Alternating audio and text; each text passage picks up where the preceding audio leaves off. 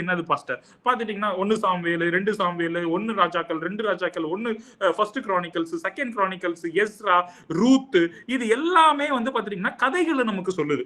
அதாவது history book. இது எல்லாமே நம்ம எப்படி சொல்லலாம் அப்படின்னா நம்ம ஸ்கூல்ல நம்ம படிக்கிறதான ஹிஸ்டரி புக்ஸ் இருக்கு பாத்தீங்களா, அதே மாதிரி ஹிஸ்டரி புக் சொல்றோம். ஃபர்ஸ்ட் நம்ம என்ன பார்த்தோம், 5 புத்தகங்கள் together what we call it as பஞ்சாகமம் நம்ம சொல்றோம். அதாவது பென்டெட்யூக். சோ பென்டெட்யூக் அடுத்து நம்ம என்ன பாக்குறோம் அப்படின்னு பாத்துட்டீங்கன்னா, பென்டெட்யூக் முடிஞ்சது கையோட அடுத்து நமக்கு என்ன வருதுன்னு பாத்துட்டீங்கன்னா, நமக்கு அழகான வந்து ஒரு ஹிஸ்டரி புக்ஸ் வருது. அதை நம்ம என்ன சொல்றோம் அப்படின்னா நேரட்டிவ்ஸ் அப்படின்னு நம்ம சொல்றோம்.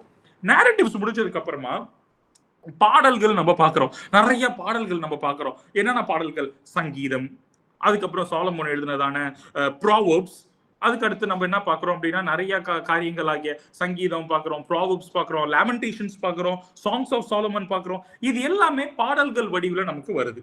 சோ இந்த பாடல்கள் எல்லாத்தையும் நம்ம என்ன சொல்றோம்னா சாங்ஸ் அப்படின்றோம். இது எல்லாமே டாக்ஸாலஜி அப்படின்னு சொல்றாங்க.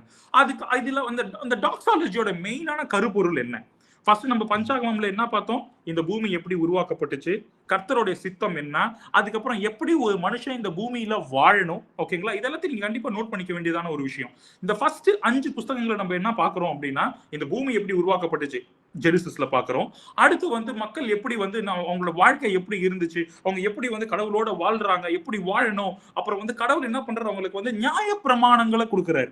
எதுல நம்ம பார்த்தோம்? எக்ஸோடஸ்ல நம்ம பாக்குறோம். எக்ஸோடஸ்ல எப்படி நியாய பிரமாணங்கள் எப்படி வந்துச்சு, இது எல்லாமே எப்படி அது சீனாய் மலையில எப்படி கர்த்தர் தோன்றினாரு, அவங்களுக்கு எப்படி நியாய பிரமாணங்களை கொடுத்தாரு, இது எல்லாமே நம்ம எதுல பாக்குறோம் அப்படின்னு பாத்துட்டீங்கன்னா எக்ஸோடஸ்ல நம்ம பாக்குறோம். அதுக்கப்புறம் லெவிட்டிகஸ் வருது, நம்பர்ஸ் வருது, டியூட்ரானமி வருது. இது எல்லாத்தையுமே நம்ம என்ன பண்றோம், டுகெதரா நம்ம என்ன பண்றோம், இது எல்லாத்தையும் ஒன்னா சேர்த்து பாக்குறோம். அதுக்கப்புறம் நம்ம என்ன பாக்குறோம்னா பாத்தீங்கன்னா நேரட்டிவ்ஸ் பாக்குறோம், கதைகள். இது எல்லாமே ஹிஸ்டரி புக்ஸ், அதை நம்ம பாக்குறோம். அதுக்கப்புறம் வந்து என்னது, பாடல்கள் வருது. அந்த பாடல்கள்ல வந்து நம்ம முக்கியமான கருப்பொருள் என்ன, பாடல்களோட கருப்பொருள் என்னன்னு பாத்துட்டீங்கன்னா அதாவது கர்த்தரை போற்றுறது, புகழ்றது, கர்த்தரை பத்தி நம்ம வந்து மேன்மை பாராட்டுறது, இது எல்லாமே அந்த பாடல்கள் வடிவுல நமக்கு பாக்குறோம். அடுத்து கடைசியா நம்ம என்ன பாக்குறோம்னு பாத்துட்டீங்கன்னா ஏசாயா, எசேக்கியேல், தானியேல், இந்த மாதிரியான எரேமியா, இந்த மாதிரியான தீர்க்க தரிசன புஸ்தகங்கள்.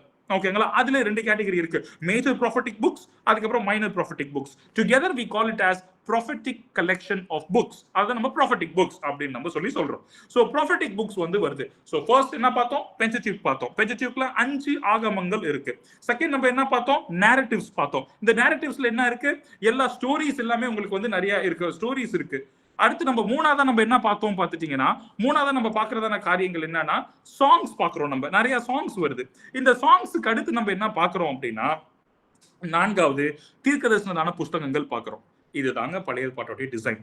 ஓகேங்களா? பழைய ஏற்பாட்டு டிசைன் முடிஞ்சதுக்கு அப்புறமா அடுத்து என்ன நடக்குதுன்னு பாத்துட்டீங்கன்னா பழைய ஏற்பாட்டு டிசைனுக்கு அடுத்ததான ஒரு விஷயம் இருக்கு, புதிய ஏற்பாடு. இப்போ புதிய ஏற்பாட்டு டிசைனை நம்ம பார்ப்போம். புதிய ஏற்பாட்டு டிசைனும் வந்து பாத்துட்டீங்கன்னா எதை வச்சு நமக்கு நிறைய பேருக்கு நம்ம கொஸ்டின் வரும், அதான் புதிய ஏற்பாடு இருக்குல்ல, எதுக்கு நமக்கு பழைய ஏற்பாடு? இல்லைன்னா பழைய ஏற்பாட்டுக்கும் புதிய ஏற்பாட்டுக்கும் என்ன வித்தியாசம், இல்ல இது ரெண்டுத்துக்கும் என்ன ஒரு கனெக்ஷன் இருக்கு அப்படின்னு சொல்லி நம்ம பாக்குறோம். ரீசெண்டா நான் வந்து ஒரு யூடியூப்ல வந்து ஒரு வீடியோ ஒன்று பார்த்துட்டு இருந்தேன். அந்த யூடியூப்ல வந்து ஒரு வீடியோல வந்து இப்படியா வந்து இது வந்து ஒரு நம்ம தமிழ்நாட்டுல ஒரு ஃபேமஸான ஒரு அரசியல் கட்சியுடைய தலைவர் வந்து இப்படியா வந்து நம்மளுடைய வேதாகமத்தை வந்து விமர்சிச்சு இப்படி பேசியிருந்தாரு. என்ன பேசியிருந்தாருன்னா, பழைய பாட்டு ஒழுங்கா இல்லைன்னு தான் புதிய பாட்டை எழுதுனாங்க, ஆனா நான் சொல்றேன் புதிய பாட்டும் ஒழுங்கா இல்ல அப்படின்னு. அது கீழே கமெண்ட் செக்ஷன்ல நிறைய பேர் வந்து ரொம்ப ஏகலமா பேசியிருந்தாங்கன்னு வச்சுக்கோங்களேன். இந்த விஷயம் என்னன்னா, பழைய பாட்டு ஏன் சரியில்லை அப்படின்னா புதிய பாட்டு எழுதுனாங்களா? ஆக்சுவலி கிடையாது. நீங்க பார்த்தோம்னா பழைய பாட்டோடைய நிறைவு தான் புதிய பாடு. பழைய பாட்டு இப்ப நம்ம எல்லாமே ஒரு படம் பாக்குறோம்னு வச்சுக்கோங்களேன். ஒரு படத்தை நம்ம ஃபுல்லா ஆரம்பத்தில இருந்து எண்டிங் வரைக்கும் பார்த்தாதான் அந்த படம் நமக்கு என்ன சொல்ல வருதுன்றதே புரியும். அதே மாதிரிதான் நம்ம பைபிள் படிக்கும் போது ஆரம்பத்திலிருந்து கடைசி வரைக்கும் படிக்கணும். அந்த story the one full big picture of the Bible, maybe Pastor Sam Clement உங்களுக்கு வந்து big picture of the Bible சொல்லி கிளாஸ் எடுத்திருப்பாரு. ஜெனிசிஸ்ல ஆரம்பிக்கப்படுறதான அந்த திரைப்படம், நான் வந்து பைபிளை வந்து திரைப்படமா நான் உங்களுக்கு சொல்றேன். ஜெனிசிஸ்ல ஆரம்பிக்கப்படுறதான அந்த திரைப்படம் அப்படியே அந்த கதை போய் எங்க முடியுதுன்னா வெளிப்படுதல்ல முடியுது. ஓகேங்களா? உங்களுக்கு புரியுதுன்னு நினைக்கிறேன். சோ இந்த படத்தோடைய இன்டர்வல் பிளாக், அதாவது இந்த படத்தோட ஃபர்ஸ்ட் ஹாஃப், அதுதான் நம்ம வந்து ஓல்ட் டெஸ்டமென்ட். அதுக்கு நடுவுல வந்து பாத்துட்டீங்கன்னா ஒரு கேப் இருக்கு. அந்த கேப்புக்கு அப்புறம் செகண்ட் ஹாஃப் வருது. அந்த செகண்ட் ஹாஃப் நம்ம என்ன சொல்றோம் அப்படின்னு பாத்துட்டீங்கன்னா செகண்ட் ஹாஃப் தான் நியூ டெஸ்டமென்ட். அப்போ நான் ஒரு கொஸ்டின் நான் உங்களை பார்த்து கேட்கிறேன். இப்போ நான் வந்து ஃபர்ஸ்ட் ஹாஃப் ஆஃப் த படத்தை நான் பார்த்துட்டேன். ஃபர்ஸ்ட் ஹாஃப் படத்தை பார்த்துட்டு நான் செகண்ட் ஹாஃப் ஆஃப் த படத்தை நான் பார்க்கணும்னு அவசியம் கிடையாது, எனக்கு கதை புரிஞ்சிருச்சு அப்படின்னா அது எப்படி ஏற்றுக்கொள்ள முடியும்? முடியாது. இந்த ஃபர்ஸ்ட் ஹாஃப்ல ஆரம்பிச்சதான கதை செகண்ட் ஹாஃப்ல தான் முடியுது. நடுவில் உங்களுக்கு வந்து பிரேக் இருக்கு. அதே போல பழைய ஏற்பாட்டு எழுதப்பட்டு முடிக்கப்பட்டு அப்புறம் 400 வருஷம் கேப்புக்கு அப்புறம் தான் புதிய ஏற்பாட்டு வந்து பார்த்துட்டீங்கன்னா எழுதப்பட்டுச்சு. புரியுதுங்களா? இது வரைக்கும் உங்களுக்கு புரியுதுன்னு நினைக்கிறேன். இப்போ அதே டிசைன் பழைய ஏற்பாட்டுல பார்த்ததான அதே டிசைன் நீங்க புதிய ஏற்பாட்டுலையும் பார்க்கலாம். எப்படி பார்க்கலாம்? ஃபர்ஸ்ட் 4 புஸ்தகங்கள் இருக்குங்களா? ஃபர்ஸ்ட் 4 சுவிசேஷங்கள். ஃபர்ஸ்ட் 4 சுவிசேஷங்கள் என்னன்னு பார்த்துட்டீங்கன்னா என்ன நம்ம சொல்லுவோம்? மத்தேயு, மார்க், லூக்கா, யோவான். இந்த 4ம் எதை குறிக்குது? அப்படியே பாருங்களேன், அந்த பழைய ஏற்பாட்டு டிசைன்ல பாருங்க. பழைய ஏற்பாட்டு டிசைன்ல நம்ம என்ன பார்த்தோம்? பழைய ஏற்பாட்டு டிசைன்ல 5 ஆகமங்கள் பார்த்தோமா? 5 ஆகமங்கள் என்ன சொல்ல, ஆதி ஆகமம், யாத்திராகமம் எல்லாம் பார்த்தோம் பாத்தீங்களா? 5 ஆகமங்கள். அதே போல புதிய ஏற்பாட்டுல இப்ப நம்ம என்ன பாக்குறோம்? 4 வகையான 4 சுவிசேஷங்களை பாக்குறோம். நான் ஃபர்ஸ்ட் ஒரு விஷயம் சொன்னேன் உங்ககிட்ட. அந்த 5 ஆகமங்கள்ல நம்ம என்ன பார்த்தோம்? ஒரு மனுஷன் பூமியில எப்படிலாம் வாழணும் அப்படின்னு நமக்கு என்ன பண்றாரு? மோசே சீனாய் மலையில இருந்து கற்பனைகள் மூலியமா நமக்கு என்ன பண்றாரு? போதிக்கிறாரு. இங்க அப்படியே வாங்கல, புதிய ஏற்பாட்டுல மத்தேயுவை பாருங்களேன், இயேசு என்ன பண்றாரு? நமக்கு போதிக்கிறாரு. புரியுதுங்களா? அப்படியே நம்ம பழைய ஏற்பாட்டுல என்ன பார்த்தோமோ அதோடைய நிறைவு புதிய ஏற்பாட்டுல. பழைய ஏற்பாட்டுல நம்ம என்ன பார்த்தோம்? 5 ஆகமங்கள், அந்த மனுஷன் இந்த பூமியில எப்படி எல்லாம் வாழணும்ன்ற இந்த 4 சுவிசேஷங்கள்லயும் மனுஷன் பூமியில எப்படி வாழணும் அதேதான் இந்த 4 சுவிசேஷங்களையும் கொடுத்திருக்கு. அடுத்து நம்ம என்ன பார்த்தோம்? நம்ம பழைய ஏற்பாட்டுல வந்து ஹிஸ்டரி பார்த்தோம். அந்த ஹிஸ்டரிங்கிறது எது? மக்கள் எப்படி, இஸ்ரவேல் மக்கள் இந்த பூமியில எப்படி வாழ்ந்தார்கள் அப்படிங்கிறது நம்மளோட ஹிஸ்டரி. இந்த ஹிஸ்டரி நம்ம என்ன பண்ணோம் அப்படின்னா அதே ஹிஸ்டரிய நம்ம புதிய ஏற்பாட்டுலயும் பாக்குறோம். எங்க பாக்குறோம்? புதிய ஏற்பாட்டுல எங்க பாக்குறோம்? அப்போஸ்தலருக்கு எழுதினதான நிருபம். பழைய ஏற்பாட்டுல நம்ம பார்த்ததான அந்த ஹிஸ்டரி பாத்தீங்களா? அதே ஹிஸ்டரியோடைய ரெப்ளிகா. ஓகேங்களா? I want you to note down this word, replica. இந்த ரெப்ளிகா எதுன்னு பார்த்துட்டீங்கன்னா நம்ம பழைய ஏற்பாட்டுல பார்த்தோம், என்ன பார்த்தோம்? நம்ம வந்து அந்த ஹிஸ்டரி பார்த்தோம். அந்த ஹிஸ்டரி மாதிரியே இங்க புதிய ஏற்பாட்டுல நம்ம இஸ்ரவேல் மக்களுடைய ஹிஸ்டரியை பார்க்கல, கிறிஸ்தவர்களுடைய ஹிஸ்டரியை நம்ம பார்க்கிறோம். இதுதான் வந்து அப்போஸ்தலருக்கு எழுதினதான நிருபம்.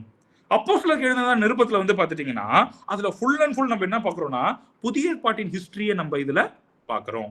அடுத்து நம்ம என்ன பார்க்கிறோம்? பழைய ஏற்பாட்டுல நம்ம என்ன பார்த்தோம்? சாங்ஸ், பாடல்களை நம்ம பார்த்தோம். ஓகேங்களா? ரைட்டிங், சாங் ரைட்டிங்ஸ் நம்ம பார்த்தோம். யாரு? தாவீது ராஜா எழுதினது, சாலமன் ராஜா எழுதினது, அப்புறம் இன்னும் நிறைய பேர் எழுதினதான எல்லா நம்ம பாடல்களை நம்ம பார்த்தோம். இப்ப அப்படியே புதிய ஏற்பாட்டுக்கு வாங்கல. புதிய ஏற்பாட்டுல நம்ம என்ன பார்க்கலாம்? புதிய ஏற்பாட்டுல நம்ம என்ன பார்க்கலாம்னா பவுல் எழுதினதான நிருபங்களை நம்ம பார்க்கிறோம். பவுல் எழுதினதான நிருபங்கள்ல நம்மளுடைய முக்கியமான ஒரு சாராம்சத்தை பாத்தீங்கன்னா the core concept of what Paul is writing for his audience is the doxology which David and Solomon are the authors of the writings of the Old Testament is the same. We can see it here also. பழைய ஏற்பாட்டுல நம்ம சங்கீதங்கள்ல சங்கீதங்கள்ல அதுக்கப்புறம் நீதிமொழிகள்ல அதுக்கப்புறம் இதெல்லாம் நம்ம என்ன முக்கியமான concept நம்ம பார்த்தோமோ அதே காரியம் தான் இங்க பவுல் எழுதுறாரு. ஆனா பவுல் யாரை பத்தி எழுதுறாருன்னு பார்த்துட்டீங்கன்னா பிதா, சுதன், பரிசுத்தாவி 3 பேரை பத்தி எழுதுறாரு. எஸ்பெஷலி கிறிஸ்துவ அவர் மேன்மைப்படுத்தி எழுதுறாரு பவுல். பழைய ஏற்பாட்டுல தாவீது, அவர் வந்து சங்கீதம் எழுதுறாரு. தாவீது சங்கீதம் தாவீது மாத்திரம் எழுதல, தாவீது நிறைய எழுதியிருக்காரு. அவர் கூடவே சேர்ந்து நிறைய பேர் எழுதியிருக்காங்க. ஓகேங்களா? அது கோராவின் புத்திரர்கள் எல்லாமே வருவாங்கல்ல, அதுல எல்லாமே நம்ம பார்த்திருப்பீங்க. பழைய ஏற்பாட்டோட கிளாஸ்ல நீங்க இதெல்லாம் பார்த்திருப்பீங்க. ஆனா இங்க புதிய ஏற்பாட்டுல வரும்போது பவுல் என்ன பண்றாரு? 13 நிருபங்களை எழுதுறாரு. 13 நிருபங்கள்ல எதை பத்தி எழுதுறாருன்னா இயேசுவை மேன்மை பாராட்டி எழுதுறாரு. ஓகேங்களா? பழைய ஏற்பாட்டுல ஒரு டிசைன் பார்த்தோம். கடைசி டிசைன் என்ன டிசைன்? பழைய ஏற்பாட்டுல நம்ம என்ன பார்த்தோம்னா நீதிமொழிகள், தீர்க்கதரிசன புஸ்தகங்களை நம்ம பார்த்தோம். Major prophetic books and minor prophetic புக்ஸை பார்த்தோம். அதே போல இப்போ நியூ டெஸ்டமெண்ட்ல என்ன ப்ராஃபட்டிக் புக்? ரெவலேஷன், வெளிப்படுத்தினதான சுவிசேஷம். வெளிப்படுத்ததான சுவிசேஷம் எப்படி பழைய ஏற்பாட்டுல அப்படி நமக்கு வந்து பார்த்துட்டீங்கன்னா அத்தனை என்ன சொல்ல ஏசாயா, எரேமியா, எசேக்கியல் அதுக்கப்புறம் வந்து பார்த்துட்டீங்கன்னா எல்லாமே எழுதினாங்களோ அதே போல நம்மளுடைய புதிய ஏற்பாட்டுல நம்ம என்ன பார்க்கிறோம் அப்படின்னா இது வெளிப்படுத்ததான சுவிசேஷம். இது எல்லாமே வந்து எதை குறிக்குதுன்னா பழைய ஏற்பாட்டோட டிசைனை குறிக்குது. ஸோ 4 விஷயங்கள் நம்ம பார்த்தோம். ஃபர்ஸ்ட் விஷயம் பென்டெட்யூக், நேரட்டிவ்ஸ், writings and finally we saw prophetic books. Come to New Testament. Synoptic Gospel, along with that John the Gospel, ஓகேங்களா, Gospels, 4 Gospels, and அதுக்கப்புறம் நம்ம என்ன பார்த்தோம், Acts, the book of Acts, which is the narrative of the Old Testament, which is a replica in the New Testament. And then what we saw the songs, the writings, and here you see the writings of Paul. We see the writings of James or Peter, or Peter or Jude. எல்லா writings நம்ம பார்க்கிறோம். Kadesiya, we saw the prophetic books in the Old Testament. And here we see the book of Revelation, which is the prophetic book, which is a replica of the Old Testament. I think that is clear for you. So this is a small introduction about the New Testament. Now today in this class we are going to see about synoptic gospel. இன்னைக்கு நாள்ல நம்ம கிளாஸ்ல நம்ம பார்க்க போறதான விஷயம் synoptic gospel.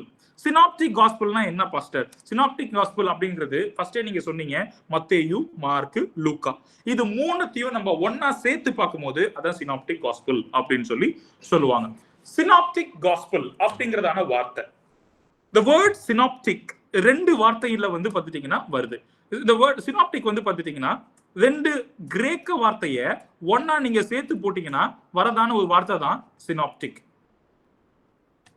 யா, synoptic அப்படிங்கறதான வார்த்தையை நீங்க ரெண்டா பிரிக்கலாம். ஃபர்ஸ்ட் வார்த்தை sin, ஓகேங்களா? sin அப்படின்னா பாவம் கிடையாது, SIN கிடையாது, SYN, synoptic, sin, ஓகேங்களா?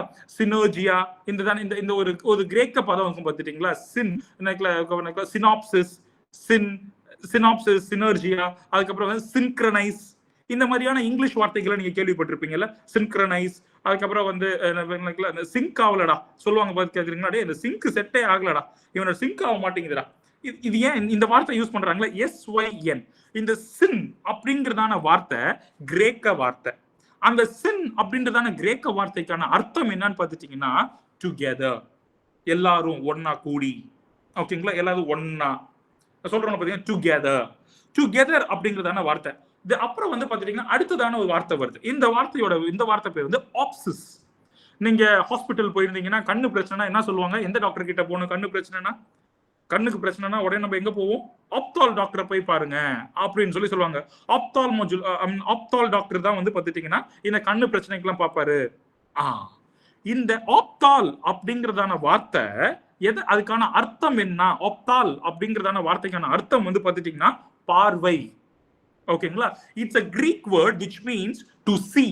It is a verb. Actually it is a verb which means see. So நம்ம வந்து ஹாஸ்பிடல்ல பார்த்துட்டீங்கன்னா ஆப்தால் டாக்டர் அப்படின்னு என்ன அர்த்தம்? கண் பார்வைக்கான ஒரு டாக்டர் அவரு. சோ இப்போ இந்த ரெண்டு வார்த்தை சின் பிளஸ் ஆப்தால், இந்த ஆப்தால்ன்ற வார்த்தையை வந்து கிரீக்ல இருந்து இங்கிலீஷ் மாத்தும் போது ஆப்சிஸ் அப்படின்னு மாறி syn plus apsis together we call it as synopsis.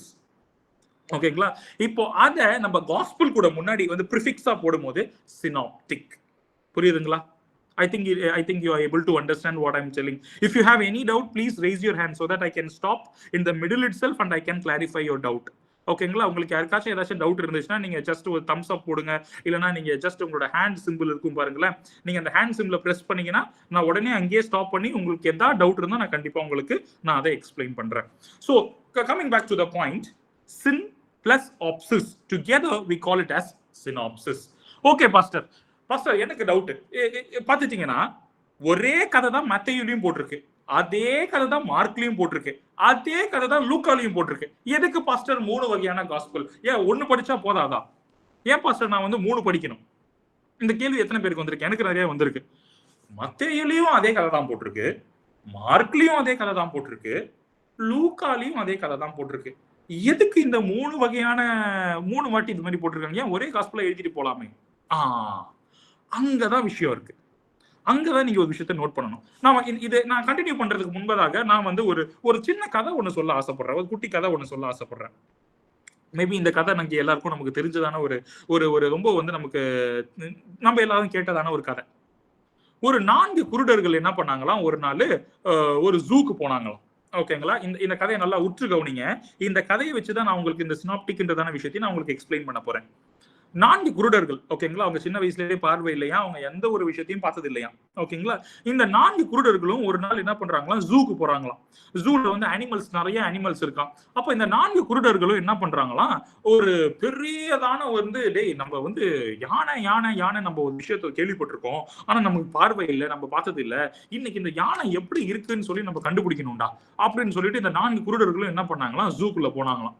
ஜூக்குள்ள போயிட்டு அங்க ஒரு யானை ஒண்ணு இருந்துச்சான். அந்த யானை கிட்ட போயிட்டு ஃபர்ஸ்ட் குருடர் என்ன பண்ணாராம், அந்த காலை தொட்டு தொட்டு தொட்டு தொட்டு தொட்டு பார்த்துட்டு, டேய் அவர் என்ன பண்ணாரா, காலை ஃபுல்லா தொட்டு பார்த்துட்டு, யானை அப்படிங்கிறது ஒரு பெரிய தூணு மாதிரி இருக்கும். ஓகேங்களா, இந்த கோவில்ல இருக்கிறதான பெரிய பெரிய தூணு மாதிரி யானை அப்படிங்கிறது வந்து ஒரு பெரிய தூணு மாதிரி இருக்கும் அப்படின்னு சொல்லி இவர் என்ன சொன்னாரா, ரிப்போர்ட் கொடுத்தாராம். அடுத்ததான குருடர் வந்தாராம். அவர் என்ன பண்ணாராம், யானையோடைய வயிற்று பகுதியை தொட்டு பார்த்துட்டு என்ன சொன்னாரா, யானையோட வயிற்று பகுதியை நான் தொட்டு பார்த்தேன்டா, அது யானை அப்படிங்கிறது வந்து ஒரு பலூன் மாதிரியான ஒரு விஷயம். புரியுதுங்களா, யானை வந்து பாத்துட்டீங்கன்னா ஒரு பலூன் மாதிரியான ஒரு விஷயம், அது ரொம்ப சாஃப்டா இருக்கு, அது தொடுறதுக்கே நல்லா பஞ்சு மாதிரி இருக்கு, அது தொட்டா கை உள்ள போகுது, ரொம்ப ஒரு சாஃப்டான ஒரு பகுதி, அது ரொம்ப பெருசா ரவுண்டா இருக்கு, பலூன் மாதிரி இருக்கு அப்படின்னு சொல்லி 2வது குருடன் சொன்னானோ.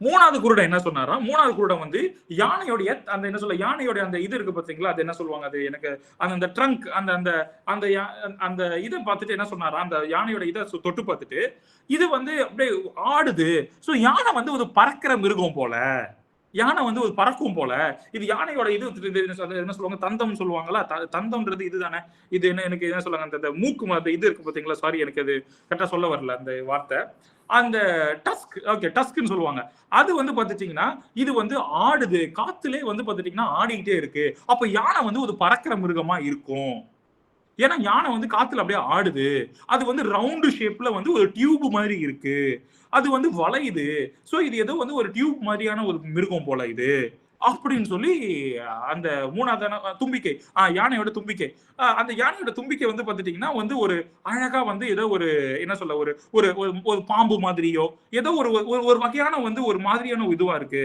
சோ இது வந்து தும்பிக்கை வச்சிருக்கிறதுனால இது வந்து மூவ் பண்ணும் போல, அதை வச்சுதான் அப்படின்னு 3வது குருடன் சொன்னாங்க. 4வது குருடன் யானையோடைய வாலை மட்டும் தொட்டு பார்த்துட்டு என்ன சொன்னானா, யானை வந்து ரொம்ப சிறுசான ஒரு அனிமல், ரொம்ப ஒல்லியான ஒரு, ரொம்ப வந்து ஒரு பத்தலாவான ஒரு கேரக்டர், இது ரொம்ப வந்து ஒல்லியா இருக்கும், அதுக்கு மொசன் முடி கூட இருக்கு கீழே, சோ இது வந்து பாத்துட்டீங்கன்னா ரொம்ப ஒல்லியா மெல்லிசான ஒரு மிருகம் அப்படின்னு சொல்லி சொன்னானோ. இப்போ நான் வந்து ஒரு கேள்வி கேட்கிறேன், இப்போ 4 குருடர்கள் 4 வகையான காரியங்களை சொன்னாங்க, இதுல யார் சொன்னது கரெக்ட், யார் சொன்னது தப்பு? உங்களுக்கு புரியுதுங்களா? In case if you want you can answer, நீங்க அன்மியூட் பண்ணி நீங்க ஆன்சர் கூட பண்ணலாம். இதுல யார் சொன்னது கரெக்ட், யார் சொன்னது தப்பு? யாராச்சும் சொல்ல விரும்புறீங்களா? ஃபர்ஸ்ட் 4 பேர் சொன்னதுமே கரெக்ட் தான். புரியுதுங்களா? 4 பேர் சொன்னாங்க, 4 பேர் சொன்னதுமே கரெக்ட். புரியுதுங்களா உங்களுக்கு? 4 பேர் சொல்லிருக்காங்க. இப்ப வந்து பாத்துட்டீங்கன்னா மத்தேயு சொல்றாரு, லூக்கு சொல்றாரு, மார்க்கு சொல்றாரு, யோவான் சொல்றாரு, ஆனா 4 பேர் சொல்றதுமே கரெக்ட். நீங்க 4 பேர் சொல்றது இல்ல, இவர் சொல்றதுதான் கரெக்ட், அவர் சொல்றது தப்பு நீங்க சொல்ல முடியாது. ஏன்னா அவங்க அவங்க அனுபவிச்சது, அவங்க பார்த்தது, அவங்க தெரிஞ்சுக்கிட்டது ஒண்ணு வேற வேற வேற, ஆனா ஒரே அனிமல். புரியுதுங்களா? புரியுதாங்களா உங்களுக்கு? ஒண்ணுமே வேற என்ன சொல்ல, ஒரு பகுதி, ஆனா ஒரே அனிமல். புரியுதுங்களா? இப்போ நீங்க 4 பேரையும் தப்பு சொல்ல முடியாது, அதே டைம்ல 4 பேரையும் கரெக்ட்னு சொல்லி சொல்ல முடியாது. ஏன்னா இப்போ நீங்க வெறும் மத்தேயுவை மாத்திரம் படிக்கிறீங்கன்னு வச்சுக்கோங்களேன், அப்போ லூக்கா மார்க் சொல்லதான விஷயம் உங்களுக்கு புரியாது. ஓகேங்களா? இன்னொரு விஷயம் நான் உங்களுக்கு இப்படியா சொல்றேன், இது இன்னும் உங்களுக்கு வந்து இன்னும் ஒரு நல்ல ஒரு எக்ஸ்பிளனேஷன், அது இன்னும் ஒரு நல்ல இல்லஸ்ட்ரேஷனா இது உங்களுக்கு அமையும். ஒரு கொலை கேஸ் நடக்குது, ஓகேங்களா, ஒரு மர்டர் நடக்குது, ஓகேங்களா, ஒரு ஒரு ஒரு ஒரு பப்ளிக் இடத்துல, ஓகேங்களா, ஒரு மர்டர் நடக்குது. உடனே என்ன, மர்டர் நடந்ததுக்கு அப்புறம் உடனே என்ன பண்ணுவாங்க, போலீஸ் உடனே வந்துருவாங்க. போலீஸ் உடனே வந்து என்ன பண்ணுவாங்க, உடனே அந்த இடத்துல இருக்கிறதான மக்கள் எல்லாரையும் கூப்பிட்டு வச்சு என்ன கேட்பாங்க, என்ன நடந்துச்சு சொல்லுங்க அப்படின்வாங்க. ஃபர்ஸ்ட் ஒருத்தனை கூடுவாங்க. ஃபர்ஸ்ட் ஒருத்தன் சொல்லுவான், சார் நான் வந்து இப்படி ஒருத்தனை பார்த்தேன் சார், இவன் வந்தான் சார், இவன் வந்து இப்படி பண்ணான் சார் அப்படின்னு சொல்லி ஃபர்ஸ்ட் ஒருத்தன் சொல்லுவான். உடனே என்ன பண்ணுவாங்க, ஓ அப்படியாப்பான்னு சொல்லி அது எல்லாத்தையும் நோட் பண்ணிப்பாங்க, அவனை அனுப்பிச்சு விட்டுருவாங்க. அடுத்து அந்த இடத்துல ஒருத்தன் கடை வச்சிருப்பான், அந்த கடை வச்சிருக்கவனை கூப்பிடுவாங்க, நீ என்ன பார்த்த நீ சொல்லு. உடனே அவன் என்ன சொல்லுவான், அவனுடைய ஆங்கிள் இருந்து அவன் சொன்னது எல்லாத்தையும் எழுதுவான். ஓகேங்களா? ஃபர்ஸ்ட் ஒருத்தன் என்ன சொல்லுவான், சார் ஒரு கார்ல இருந்து வந்தாங்க சார் அப்படின்னு ஃபர்ஸ்ட் ஒருத்தன் சொல்லுவான். செகண்ட் ஒருத்தன் என்ன சொல்லுவான், சார் அது வந்து ஒரு டாடா சுமோ சார் அப்படின்னு அர்த்தம் சொல்லுவான். சோ ஃபர்ஸ்ட் சொன்னவன் சொன்னது தப்பான்னு பார்த்துட்டீங்கன்னா தப்பு கிடையாது. அவனை பொறுத்த வரைக்கும் அந்த காரோட பேர் தெரியல. சோ அவன் என்ன சொன்னான், ஒரு கார்ல வந்து இறங்குனாங்க சார். ஃபர்ஸ்ட் அர்த்தம் சொல்றான். செகண்ட் இருக்கவன் என்ன சொல்றான், சார் டாடா சுமோல வந்தாங்க. ஏன்னா அவனுக்கு அந்த கார் என்னன்னு தெரியுது. சோ அவன் என்ன சொல்றான், டாடா சுமோன்னு சொல்றான். சார் அதுல 4 பேர் இறங்குனாங்க சார். ஏன்னா ஃபர்ஸ்ட் ஒருத்தவன் அதை சொல்லல, மூணாவது ஒருத்தவன் என்ன சொல்றான். சோ இப்போ ஒவ்வொருத்தவனும் என்ன பண்றான் அப்படின்னா, அந்த ஒரு மர்டர் கேஸுக்கான எல்லா எவிடன்ஸையும் கொடுக்குறாங்க. இப்போ என்ன பண்ணுவாரு போலீஸ் ஆபீசரு, அவங்க சொன்ன எல்லா காரியத்தையும் என்ன பண்ணுவாரு, ஒன்னா போடுவாரு. ஒன்னா போட்டு இவர் என்ன பண்ணுவாருன்னா, இந்த கொலை எப்படி நடந்திருக்கும் அப்படின்னு அவரு அதை கண்டுபிடிப்பாரு. புரியுதுங்களா உங்களுக்கு? புரியுதுங்களா உங்களுக்கு? I think you are able to make sense now, right? Same way, நீங்க ஒரு இயேசுவோடைய வாழ்க்கை வரலாறு படிக்கும் போது, எஸ்பெஷலி நீங்க இயேசுவோட வாழ்க்கை வரலாறு படிக்கும் போது, பாஸ்டர் நான் வந்து மத்தேயு மட்டும் தான் பாஸ்டர் படிப்பேன், நான் மார்க் லூக் படிக்க மாட்டேன் பாஸ்டர் சொல்ல முடியாது. பாஸ்டர் நான் வந்து மார்க் மட்டும் தான் பாஸ்டர் படிப்பேன், லூக்கா படிக்க மாட்டேன் பாஸ்டர் சொல்ல முடியாது. பாஸ்டர் நான் வந்து லூக்கா மாத்திரம் தான் படிப்பேன், மத்தேயு மார்க்கும் நான் படிக்க மாட்டேன் சொல்ல முடியாது. ஏன் சொல்ல முடியாது அப்படின்னா, இந்த மூணுமே ஒரே நபரை பத்தி தான் போட்டிருக்கு, ஆனா 3 வகையான ஆங்கிள் இருந்து போட்டிருக்கு. புரியுதுங்களா? 3 வகையான பெர்ஸ்பெக்டிவ்ல இருந்து போட்டிருக்கு. புரியுதுங்களா? I think that makes sense to you. இப்போ நம்ம என்ன பார்க்க போறோம் அப்படின்னா, எதுக்கு இந்த 4 வகையான காஸ்பல்ஸ் அப்படின்னு நம்ம பார்க்க போறோம். I think this has made like sense so for. இது வரைக்கும் உங்களுக்கு புரிஞ்சுதுங்களா? இது வரைக்கும் புரிஞ்சுது அப்படின்னா ஒரு தம்ஸ் அப்போ இல்லைன்னா வந்து ஒரு ஹை என்ன சொல்ல அந்த ஹேண்ட் சிம்பிளோ இதை போட்டீங்கன்னா I can understand. I can go to the next point. Yeah, thank you sister Meha, thank you so much, thank you. So இது வரைக்கும் உங்களுக்கு புரிஞ்சுதுங்களா? thank you brother Nehemiah. So அடுத்து நம்ம வந்து பார்த்துட்டீங்கன்னா, எதுக்காக இந்த 4 காஸ்பல் அப்படின்னு நம்ம பார்க்க போறோம். மத்தேயு, மார்க்கு, லூக்கா, யோவான் வந்து ஒரு டிஃபரெண்டான காஸ்பல். ஏன்? இப்போ நீங்க இந்த இடத்துல ஒரு விஷயத்தை நீங்க முக்கியமா நோட் பண்ண வேண்டியதான ஒரு விஷயம், 4 காஸ்பலுக்குமே 4 வகையான பர்பஸ் இருக்கு. பர்பஸ்க்கு நம்ம தமிழ்ல என்ன சொல்லுவோம், ஒரு நோக்கம் இருக்கு. ஓகேங்களா? 4 காஸ்பலுக்குமே 4 வகையான நோக்கம் இருக்கு. ஒரு காஸ்பல் எழுதும் போதும் அந்த ஆத்தர்ஸ் அவங்களுடைய ஆடியன்ஸ் வந்து ரொம்ப முக்கியம். புரியுதுங்களா? புரியுது? I think that makes sense to you, right? So இப்ப பாருங்களேன், ஒரு எக்ஸாம்பிள் நான் உங்களுக்கு ஒரு விஷயம் சொல்றேன். ரொம்ப ஒரு சிரிப்பான ஒரு விஷயம். நான் பூட்டான் போயிருந்தேன். பூட்டான்ல தான் இங்க பைபிள் காலேஜ்ல நான் டீச் பண்ணிட்டு இருக்கேன். அப்போ அங்க ஒரு ஆச்சரியமான ஒரு விஷயத்தை நான் கவனிச்சேன். நம்ம எல்லாரும் வந்து இங்க நம்ம இருக்கிறவங்க ஐ திங்க் நம்ம எல்லாருமே வந்து டீ பீரியர்கள், எல்லாருமே டீ நம்ம நிறைய குடிப்போம்ல. நான் பூட்டான் போயிருந்தப்போ என்னோட அங்க டீ வந்து ஒரு கடையில போய் நின்று டீ குடிக்கும் போது, அந்த கடையில டீல இருந்து என்ன பண்ணாங்கன்னு ரொம்ப ஆச்சரியமா இருந்துச்சு. அந்த கடையில டீ போடுறதான விதத்தை பார்த்தேன். அவங்க நல்ல ஒரு அருமையான ஒரு டீ போட்டாங்க. டீ போட்டுட்டு நம்ம ஊர்ல நம்ம என்ன செய்வோம், டீல என்ன போடுவோம், சுகர் போடுவோம். ஓகேங்களா? நம்ம ஊர்ல நம்ம டீல வந்து ஜீனி போடுவோம், சக்கரை போடுவோம் நம்ம. ஆனா பூட்டான்ல சக்கரை போட மாட்டாங்க. டீல வந்து பட்டர் தான் போடுவாங்க. ஒரு சின்ன துண்டு பட்டர் இருக்கு பாத்தீங்களா, சின்ன துண்டு பட்டர் எடுத்து அந்த டீல போடுவாங்க. அப்படி இல்லைன்னா நம்ம என்ன செய்வோம்னா வந்து நம்ம வந்து என்ன பண்ணுவோம், ஏலக்காய் போடுவோம், இல்லைன்னா வந்து இஞ்சி டீ, இல்லைன்னா வந்து என்ன சொல்ல இந்த ஏதாவது கொஞ்சம் லைட்டா புதினா கட் பண்ணி போடுவாங்க. ஸோ ஒவ்வொருத்தவங்களும் ஒரு ஃபிளேவருக்கு ஏற்ற மாதிரி போடுவோம். அந்த ஊர்ல டீல ஒரு 1/2 ஸ்பூன் பெப்பர் போடுவாங்க, பெப்பர் பவுடர் போடுவாங்க பூட்டான்ல. எனக்கு பார்த்துட்டு பயங்கர ஆச்சரியம், யோ என்னையா பண்றீங்கன்னு. ஸோ என்னுடைய உடன் ஊழியர் ஒருத்தர் இருந்தாரு. அந்த உடன் ஊழியர் வந்து பூட்டனீஸ் அவர். அந்த பூட்டனீஸ் அவர்கிட்ட நான் சொன்னேன், இந்த மாதிரி ஒரு நல்ல ஒரு டீ ஒன்று குடிக்கணும் போல இருக்கு பிரதர் அப்படின்னு சொன்னப்போ அவர் என்ன செஞ்சாரு, ஓகே பாஸ்டர் நான் உங்களுக்கு ஒரு டீ போடுறேன் பாஸ்டர் அப்படின்னு சொல்லிட்டு என்ன பண்ணாரு, ஒரு அருமையான ஒரு டீ போட்டார். டீயை போட்டு கையில கொடுத்தாரு. கொடுத்த உடனே எனக்கா ஃபர்ஸ்ட் ஒரு வாய் வச்ச உடனே துப்பிட்டேன். அவருக்கு ரொம்ப ஹர்ட் ஆகி போச்சு. பாஸ்டர் உங்களுக்காக வேண்டி நான் ஆசையா பாசமா உங்களுக்கு ஒரு டீ போட்டு கொடுத்தா என்ன பாஸ்டர் இப்படி நீங்க துப்பிட்டீங்களே பாஸ்டர் அப்படின்னு. எனக்கா ஒன்னும் புரியல. ஐயோ நீ போட்டது டீ ஆயா, என்னையா டீல பட்டர் போட்டிருக்க, டீல என்னையா பெப்பர் போட்டிருக்க. பாஸ்டர் அப்படி சொல்லாதீங்க பாஸ்டர், இது வந்து எங்களுடைய நேஷனல் ட்ரிங்க். என்ன பாத்தீங்கன்னா நேஷனல் ட்ரிங்க். இந்த டீயை நீங்க அப்படி சொல்லக்கூடாது பாஸ்டர், இது எங்களுடைய வந்து ரொம்ப முக்கியமான ஒரு டீன்றது ஒரு இது பாஸ்டர், அது நீங்க எப்படி பாஸ்டர் இப்படி நீங்க சொல்லலான்னு. நான் சொன்னேன், என்ன ரொம்ப மன்னிச்சிடு, நான் ரொம்ப சாரி, நான் இந்த மாதிரி டீ குடிச்சு பழக்கம் இல்லை, என்ன மன்னிச்சிடு, நான் உனக்கு ஒரு டீ போட்டு கொடுக்குறேன், நீ இந்த டீயை ட்ரை பண்ணு அப்படின்னு சொல்லிட்டு நான் என்ன பண்ணேன், நான் ஒண்ணு வந்து அவனுக்கு நம்ம ஊர் ஸ்டைல்ல ஒரு அழகா வந்து நல்லா சக்கரை தூக்கலா நல்லா ஸ்ட்ராங்கா ஒரு 3 ரோசஸ் டீ ஒன்று போட்டு கொடுத்தேன். அவன் என்ன பண்ணா, அந்த டீயை வாயில வச்ச அடுத்த நிமிஷமே துப்பிட்டான். எனக்கும் வந்துருச்சு, ஹே என்ன நான் உனக்காக வந்து பாசமா ஒரு ஆசையா இஷ்டப்பட்டு நான் உனக்கு ஒரு டீ போட்டு கொடுத்தா நீ என்னடா அதை வந்து இப்படி துப்பிட்டியே நீனு அப்படின்னு சொல்லி சொன்ன உடனே, பாஸ்டர் நீங்க பண்றது ரொம்ப தப்பு பாஸ்டர், என்ன பாஸ்டர் நீங்க டீல சக்கரை போடுறீங்க பாஸ்டர், எப்படி பாஸ்டர் டீல சக்கரை போட்டு சாப்பிட முடியும்னு. எனக்கு பயங்கர ஒரு ஆச்சரியம். டீல சக்கரை போடாம எப்படியா சாப்பிட முடியும்? அப்போ அவன் சொன்னா, நாங்க டீல சக்கரை போட்டு சாப்பிட மாட்டோம் பாஸ்டர். என்னுடைய லைஃப்ல இதுதான் ஃபர்ஸ்ட் டைம் டீல சக்கரை போட்டு சாப்பிடுவாங்க நான் கேள்விப்படுறேன்னா. புரியுதுங்களா நான் சொல்ல வரதான விஷயம்? Culture difference, the culture and the area difference. So பூட்டான்ல டீ அப்படிங்கிறதான வார்த்தைக்கான அர்த்தம், அந்த டேஸ்ட், அந்த ஒரு விஷயமே வேற. ஆனா நம்ம ஊர்ல டீ அப்படின்ற வார்த்தையை கேட்டோடனே அந்த டேஸ்டே வேற.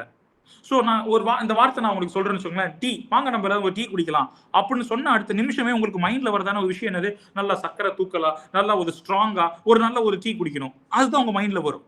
ஆனா அவங்களுக்கு என்ன வரும்னா, பட்டர் தூக்கலாம், கொஞ்சம் பெப்பர் தூக்கலாம், ஒரு நல்ல ஸ்ட்ராங்கா ஒரு டீ குடிக்கணும்.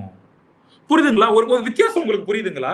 இப்ப எதுக்கு நான் இந்த விஷயத்தை நான் உங்களுக்கு சொல்றேன் அப்படின்னா, இப்போ நீங்க மத்தேயுல பாத்துட்டீங்கன்னா மத்தேயுடைய நோக்கம் வேற, லூக்கா எழுதினதான நோக்கம் வேற.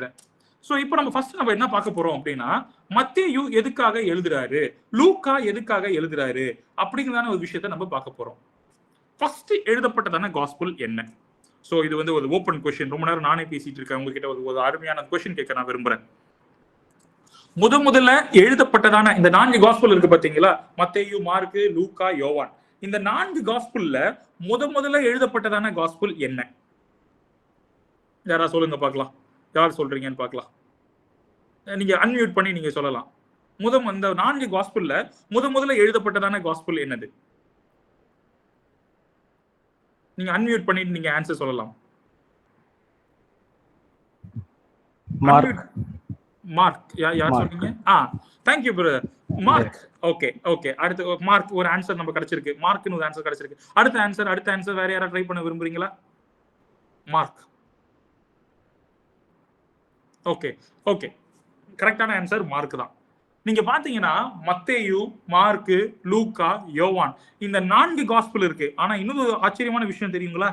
இந்த 4 காஸ்பல் எழுதப்படுறதுக்கு முன்பதாகவே பவுல் அவரோட நிருபங்களை எழுதிய முடிச்சிட்டாராம். புரியுதுங்களா? ஆச்சரியமா இருக்குல்ல? பவுல் அவர் நிருபங்களை எழுதி அவர் பப்ளிஷ் பண்ணதுக்கு அந்த டைம்ல தான் மார்க் எழுதப்பட்டுச்சான். ஓகேங்களா? அடுத்து ஃபர்ஸ்ட் எழுதப்பட்டதான நிருபம் என்னன்னு பாத்துட்டீங்கன்னா மார்க் தான் முதல்ல எழுதப்பட்டதான நிருபம். அதுல ஒரு ஜோக் கூட சொல்லுவாங்க, மார்க்க பார்த்துதான் மத்தேயும் லூக்காவும் காப்பி அடிச்சாங்களாம். ஓகேங்களா? இந்த மார்க்ன்றதான இந்த சுவிசேஷத்தை யார் எழுதுனா? ஃபர்ஸ்ட் ஒரு விஷயம் நான் வந்து உங்களுக்கு சொல்லிக்க ஆசைப்படுறது என்னன்னு பாத்துட்டீங்கன்னா, நீங்க இங்கிலீஷ் பைபிள் வச்சிருந்தீங்க அப்படின்னா, எனக்கு தமிழ் பைபிள்ல தெரியல, இங்கிலீஷ் பைபிள்ல இப்படியா இருக்கும். நம்மளோட பிரசங்கியார்கள், நம்மளோட பாஸ்டர்ஸ், நம்மளுடைய ஊழியக்காரங்க எல்லாருமே என்ன சொல்லுவாங்கன்னா, மார்க் காஸ்பல் கேட்டிருக்கீங்களா? இது gospel of Matthew, gospel of Mark, gospel of Luke, gospel of John. You know what, that is a very wrong statement. ஆச்சரியமா இருக்குல்ல? ஆமா, நீங்க ஒரு விஷயத்தை நீங்க நல்லா கவனிக்கணும் இந்த இடத்துல. It is not the gospel of Mark. It is not the gospel of Matthew. It is not the gospel of Luke. It is not the gospel of John. It is the gospel of Jesus Christ. புரியுதுங்களா? It is the gospel of Jesus Christ. And அதனால தான் நீங்க உங்களுடைய Matthew எடுத்து பாருங்களேன். Matthew first page எடுத்து பார்த்துட்டீங்கன்னா இப்படியே எழுதியிருப்பாங்க, the gospel according to Matthew. புரியுதுங்களா? மேத்யூவை பொறுத்த வரைக்கும் இயேசு யார்? மத்தேயுவை லூக்காவை பொறுத்த வரைக்கும் இயேசு யார்? மார்க்கை பொறுத்த வரைக்கும் இயேசு யார்? யோவானுடைய பெர்ஸ்பெக்டிவ்ல இருந்து இயேசு யார்? புரியுதுங்களா? இதுதான் காஸ்பல். ஃபர்ஸ்ட் விஷயம் காஸ்பல்ங்கிறோம். இது நமக்கு இந்த ஒரு விஷயத்தை நான் ஜஸ்ட் ஒரு டக்குன்னு ஒரு ஹைலைட் பண்ணிட்டு நான் அடுத்த பாயிண்ட்டுக்கு போக விரும்புறேன். காஸ்பல் அப்படிங்கறதான வார்த்தை என்ன? காஸ்பல் அப்படிங்கறதான வார்த்தைக்கான அர்த்தம் நற்செய்தி. மத்தேயு எழுதினதான சுவிசேஷம் அப்படின்றத பாத்தீங்களா, நற்செய்தி அப்படிங்கறதான வார்த்தைக்கான இங்கிலீஷ்ல தான் காஸ்பல் அப்படின்னு சொல்லி நம்ம சொல்றோம். இந்த காஸ்பல் ஆஃப் whom? கொஸ்டின் வருதுங்களா? யார பத்தினதான சுவிசேஷம்? இது யார பத்தினதான சுவிசேஷம்னா, இயேசு கிறிஸ்து நம்மளோட பூமியில வந்து செய்ததான விஷயத்தை தான் நற்செய்தின்னு சொல்லி நம்ம எல்லாருக்கிட்டையும் சொல்றதான விஷயம் பேர் தான் சுவிசேஷம். புரியுதுங்களா? இது வரைக்கும் புரிஞ்சுதுங்களா? சோ மத்தேயு இயேசுவை பத்தி என்ன எழுதுறாரு, மார்க் இயேசுவை பத்தி என்ன எழுதுறாரு, லூக்கா இயேசுவை பத்தி என்ன எழுதுறாரு, அண்ட் கடைசியா தான் வராரு நம்ம யோவான். யோவான் இயேசுவை பத்தி என்ன எழுதுறாரு? புரியுதுங்களா? இது வரைக்கும் ஐ திங்க் இது வரைக்கும் உங்களுக்கு புரிந்திருக்கும்னு நினைக்கிறேன். இப்போ ஃபர்ஸ்ட் எழுதப்பட்டதான சுவிசேஷம் எதுன்னு பார்த்துட்டீங்கன்னா, it is mark the gospel. The gospel according to mark. புரியுதுங்களா? இனிமேல் நீங்க நம்ம எல்லாமே பாஸ்டர்ஸா இருக்கிறோம். இனி வர காலங்களில் நம்ம பாஸ்டர்ஸ் ஆகுவோம், ஊழியம் பண்ணுவோம், பிரசங்கம் பண்ணுவோம். தயவு செஞ்சு காஸ்பிள் ஆஃப் மார்க் இல்லைன்னா gospel of gospel of Mark தயவு செஞ்சு நீங்க ஆஃப்ன்ற வார்த்தை யூஸ் பண்ணக்கூடாது, அக்கார்டிங்ன்ற வார்த்தை தான் யூஸ் பண்ணணும். ஏன்னா it is the gospel of Jesus Christ according to Matthew. It is the gospel of Jesus Christ according to Luke. It is the gospel of Jesus Christ according to John. புரியுதுங்களா? இது வரைக்கும் புரிஞ்சிருக்கும்னு நினைக்கிறேன். First விஷயம் நம்ம இன்னைக்கு பார்க்க போறதான விஷயம் என்னன்னு பார்த்துட்டீங்கன்னா, மேத்யூ நமக்கு என்ன சொல்ல வராரு? இந்த இயேசு கிறிஸ்துவை பத்தி மேத்யூ என்ன சொல்ல வராரு? ஒரு ஆச்சரியமான ஒரு விஷயத்தை நான் உங்களுக்கு சொல்லட்டுங்களா? மத்தேயு எழுதினதான சுவிசேஷம் யாருக்காக எழுதப்பட்டுச்சு பார்த்துட்டீங்கன்னா, மத்தேயுடைய பிரைமரி ஆடியன்ஸ் ரொம்ப இம்பார்ட்டன்ட். மத்தேயுடைய பிரைமரி ஆடியன்ஸ் யாருன்னு பார்த்துட்டீங்கன்னா, மத்தேயுடைய பிரைமரி ஆடியன்ஸ் ஜூவிஷ் கிறிஸ்டியன்ஸ். ஓகேங்களா? I want you to note down this. Jewish Christians, யூத மத கிறிஸ்தவர்கள். ஓகேங்களா? யூத குல, இந்த வார்த்தை தான் நான் சொல்லணும், யூத குல கிறிஸ்தவர்கள். ஓகேங்களா? அவங்க ஆல்ரெடி யூதர்களா இருக்காங்க. இப்போ இந்த இயேசுவை ஏத்துக்கிட்டு இவங்க கிறிஸ்தவத்துக்குள்ள வராங்க. இந்த கிறிஸ்து அப்படிங்கிறதான இந்த வாழ்க்கை முறைக்குள்ள வராங்க. அவர்களுக்காக எழுதப்பட்டதான சுவிசேஷம் தான் இந்த மத்தேயு எழுதினதான சுவிசேஷம். புரியுதுங்களா? ஃபர்ஸ்ட் விஷயம் நம்ம நோட் பண்ண வேண்டியதான மத்தேயுல இருந்து ஆரம்பிப்போம். மத்தேயு என்ன எழுதுறாருன்னா, இயேசுவ யூதர்களின் ராஜா. புரியுதுங்களா? I think that makes sense, right? See, the purpose of Matthew writing his gospel, or the purpose of Matthew to his audience, is to portray Jesus as the king of Jews. ஓகேங்களா? புரியுதுங்களா? First விஷயம் நீங்க note பண்ண வேண்டியதான ஒரு விஷயம் என்னன்னு பார்த்துட்டீங்கன்னா, இந்த மத்தேயு இந்த சுவிசேஷத்தை எழுதும் போது யார் ஆட்சியில இருக்கா ரொம்ப முக்கியம். யாருன்னு பார்த்துட்டீங்கன்னா, ரோமர்கள் ஆட்சியில இருக்காங்க. இந்த ரோமர்கள் என்ன பண்றாங்கன்னா, இந்த யூதர்களை ரொம்ப கொடுமைப்படுத்துறாங்க. புரியுதுங்களா? இந்த ரோமர்கள் என்ன பண்றாங்கன்னா, யூதர்களை ரொம்ப வாட்டி வதைக்கிறாங்க, ரொம்ப கஷ்டப்படுத்துறாங்க, ரொம்ப காயப்படுத்துறாங்க, ரொம்ப டார்ச்சர் பண்றாங்க, ரொம்ப பேஜார் பண்றாங்க. அந்த பேஜார் பண்ணும்போது தான் இந்த டைம்ல இவர் என்ன பண்றாரு? மேத்யூ அவர் ஒரு நிருபம் ஒரு நிருபம் கிடையாது, ஒரு சுவிசேஷம் எழுதுறாரு. இயேசுதான் இந்த உலகத்துக்கும் நம்ம யூத குலத்துக்கும் யூதர்களின் ராஜா அப்படின்னு மத்தேயு என்ன பண்றாரு? அவரோட ஆடியன்ஸ்க்கு எழுதுறாரு. இந்த நேரத்துல நான் இந்த நேரத்துல ஒரு முக்கியமான ஒரு விஷயத்தை நான் சொல்லிக்க விரும்புறேன் யூதர்களை பத்தி. யூதர்களோட கலாச்சாரத்துல ஒரு விஷயம் ஒண்ணு இருக்குங்களாங்க. இந்த கலாச்சாரத்தை நீங்க கேட்டீங்கன்னா உண்மையிலே பயங்கரமா ஆச்சரியப்படுவீங்க. இந்த யூதர்களோட கலாச்சாரத்துல every Jewish male or every Jewish man in the family, every morning he used to pray like this. ஓகேங்களா? எல்லா ஒரு யூத குடும்பத்திலையும் அந்த புருஷன் இருக்கான் பாத்தீங்களா, அவர் இப்படியா ஜெபம் பண்றது அவருடைய வழக்கமாமா. அவர் எப்படி ஜெபம் பண்ணுவாருன்னா, கர்த்தாவே நீங்க என்ன ஒரு யூதனா படைச்சதற்காய் நன்றி. என்ன நீங்க ஒரு ஸ்திரீயா என்ன படைக்கல. நீங்க என்ன thank you God that you did not create me as a woman. Thank you God, you did not create me as a dog. கர்த்தாவே நீ என்ன ஒரு நாயா நீங்க படைக்கல, அதற்காக உமக்கு நன்றி. கர்த்தாவே நீங்க என்ன ஒரு ஸ்திரீயா என்ன படைக்கல, அதற்காக உமக்கு நன்றி. அண்ட் மூணாவது பாயிண்ட், கர்த்தாவே நீ என்ன புறஜாதியினரா படைக்கல, நீர் என்ன ஒரு யூதனா படைச்சிருக்கீங்க, அதற்காக உமக்கு நன்றி. அப்படின்னு தான் ஒரு நாளும் அவன் என்ன பண்ணுவானா, வேண்டுவானா கர்த்தர்கிட்ட. அதை உடைக்கணுன்றதுக்காக எழுதப்பட்டதான ஒன் ஆஃப் த நிருபம் தான் இந்த மத்தேயுக்கு எழுதினதான நிருபம். மத்தேயு எழுதினதான இயேசுவை பத்தினதான நிருபம். புரியுதுங்களா? ஒரு ஆச்சரியமான ஒரு விஷயத்தை நீங்க பார்க்கலாம். பாஸ்டர் இதை நீங்க சொல்றதை நான் எப்படி பாஸ்டர் நான் நம்புறது? மத்தேயு எழுதின சுவிசேஷம் 1ஆம் அதிகாரத்தை நம்ம எடுப்போம். மத்தேயு எழுதின சுவிசேஷம் 1ஆம் அதிகாரத்தை நம்ம எடுப்போம். மத்தேயு எழுதின சுவிசேஷம் 1ஆம் அதிகாரத்துல என்ன போட்டிருக்கு? ஃபர்ஸ்ட் சாப்டரோட ஃபர்ஸ்ட் 17 வசனங்கள் நீங்க பாத்தீங்க அப்படின்னா, முதல் அதிகாரம் 1ஆவதுல இருந்து 17வது வசனம் என்ன போட்டிருக்கு? யாரா தெரியா? நீ படிக்க வேண்டாம், என்ன போட்டிருக்கு நீங்க யாரா சொல்ல முடியுமா? யாரா ஒருத்தவங்க சொல்லுங்க பார்க்கலாம். அன்மியூட் பண்ணி சொல்லுங்க எனக்கு. மத்தேயு எழுதின சுவிசேஷத்துடைய முதல் அதிகாரத்துடைய முதல் 17 வசனங்கள் எதை பத்தி போட்டிருக்கு? யாராச்சும்? பாஸ்டர் கிறிஸ்துவனுடைய சந்ததி எப்படி வந்தாரு? கிறிஸ்துவ வந்து எப்படி இந்த பூமியில பிறந்தாரு, கிறிஸ்துவோடைய அதான் சொல்றது ஜினியாலஜி, கிறிஸ்துவோடைய அந்த சந்ததி, அந்த வம்சாவழி, கரெக்டான வார்த்தை வம்சாவழி. இயேசு வந்து எப்படி வம்சாவழி, ஓகேங்களா? இதுல வந்து ஒரு ஆச்சரியமான ஒரு விஷயம் இருக்கு.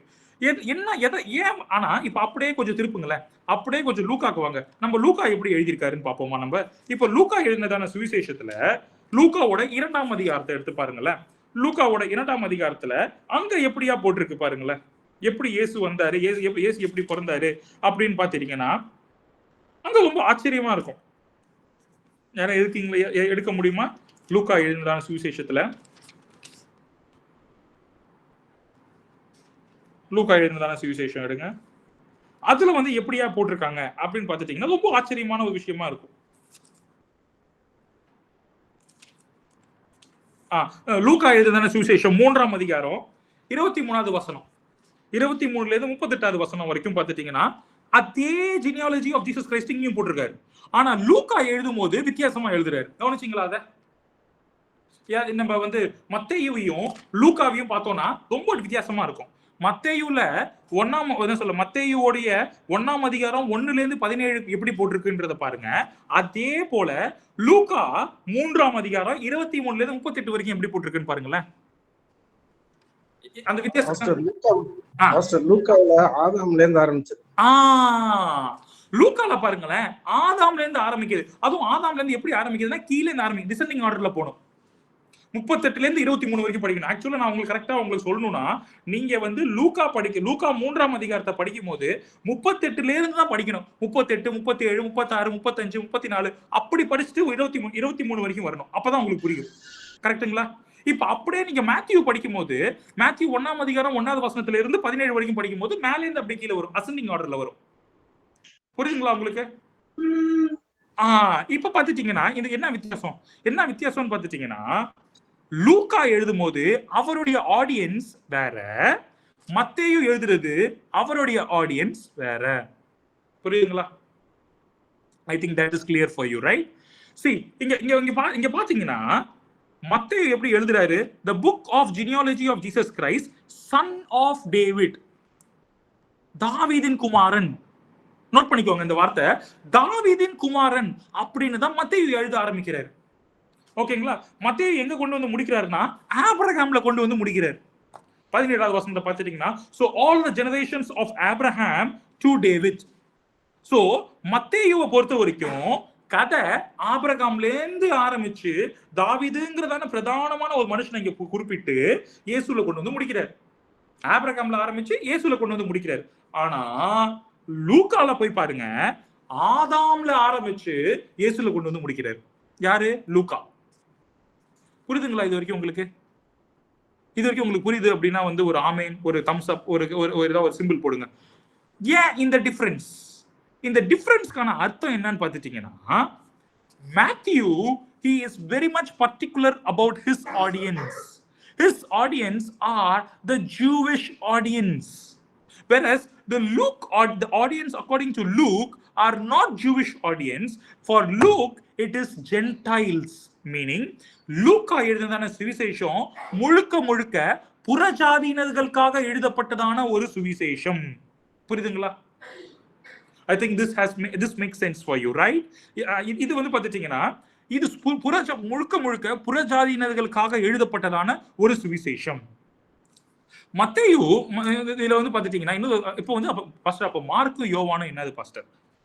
மார்க் வந்து பாத்துட்டீங்கன்னா இப்ப அடுத்த ஒரு விஷயம் ஒண்ணு வரும். சரி, இப்போ அடுத்த क्वेश्चन உங்களுக்கு நான் கேட்க விரும்புறேன். மத்தேயுவை யார் எழுதினது? மார்க் யார் எழுதினது?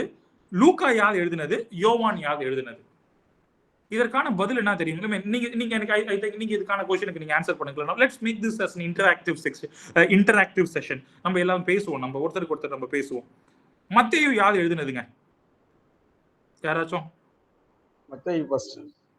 மத்தேயு எழுதினது மத்தேயு. Okay, that's a very good answer, but is it really the right answer? We will see to it. Okay, அடுத்து வேற யாரா?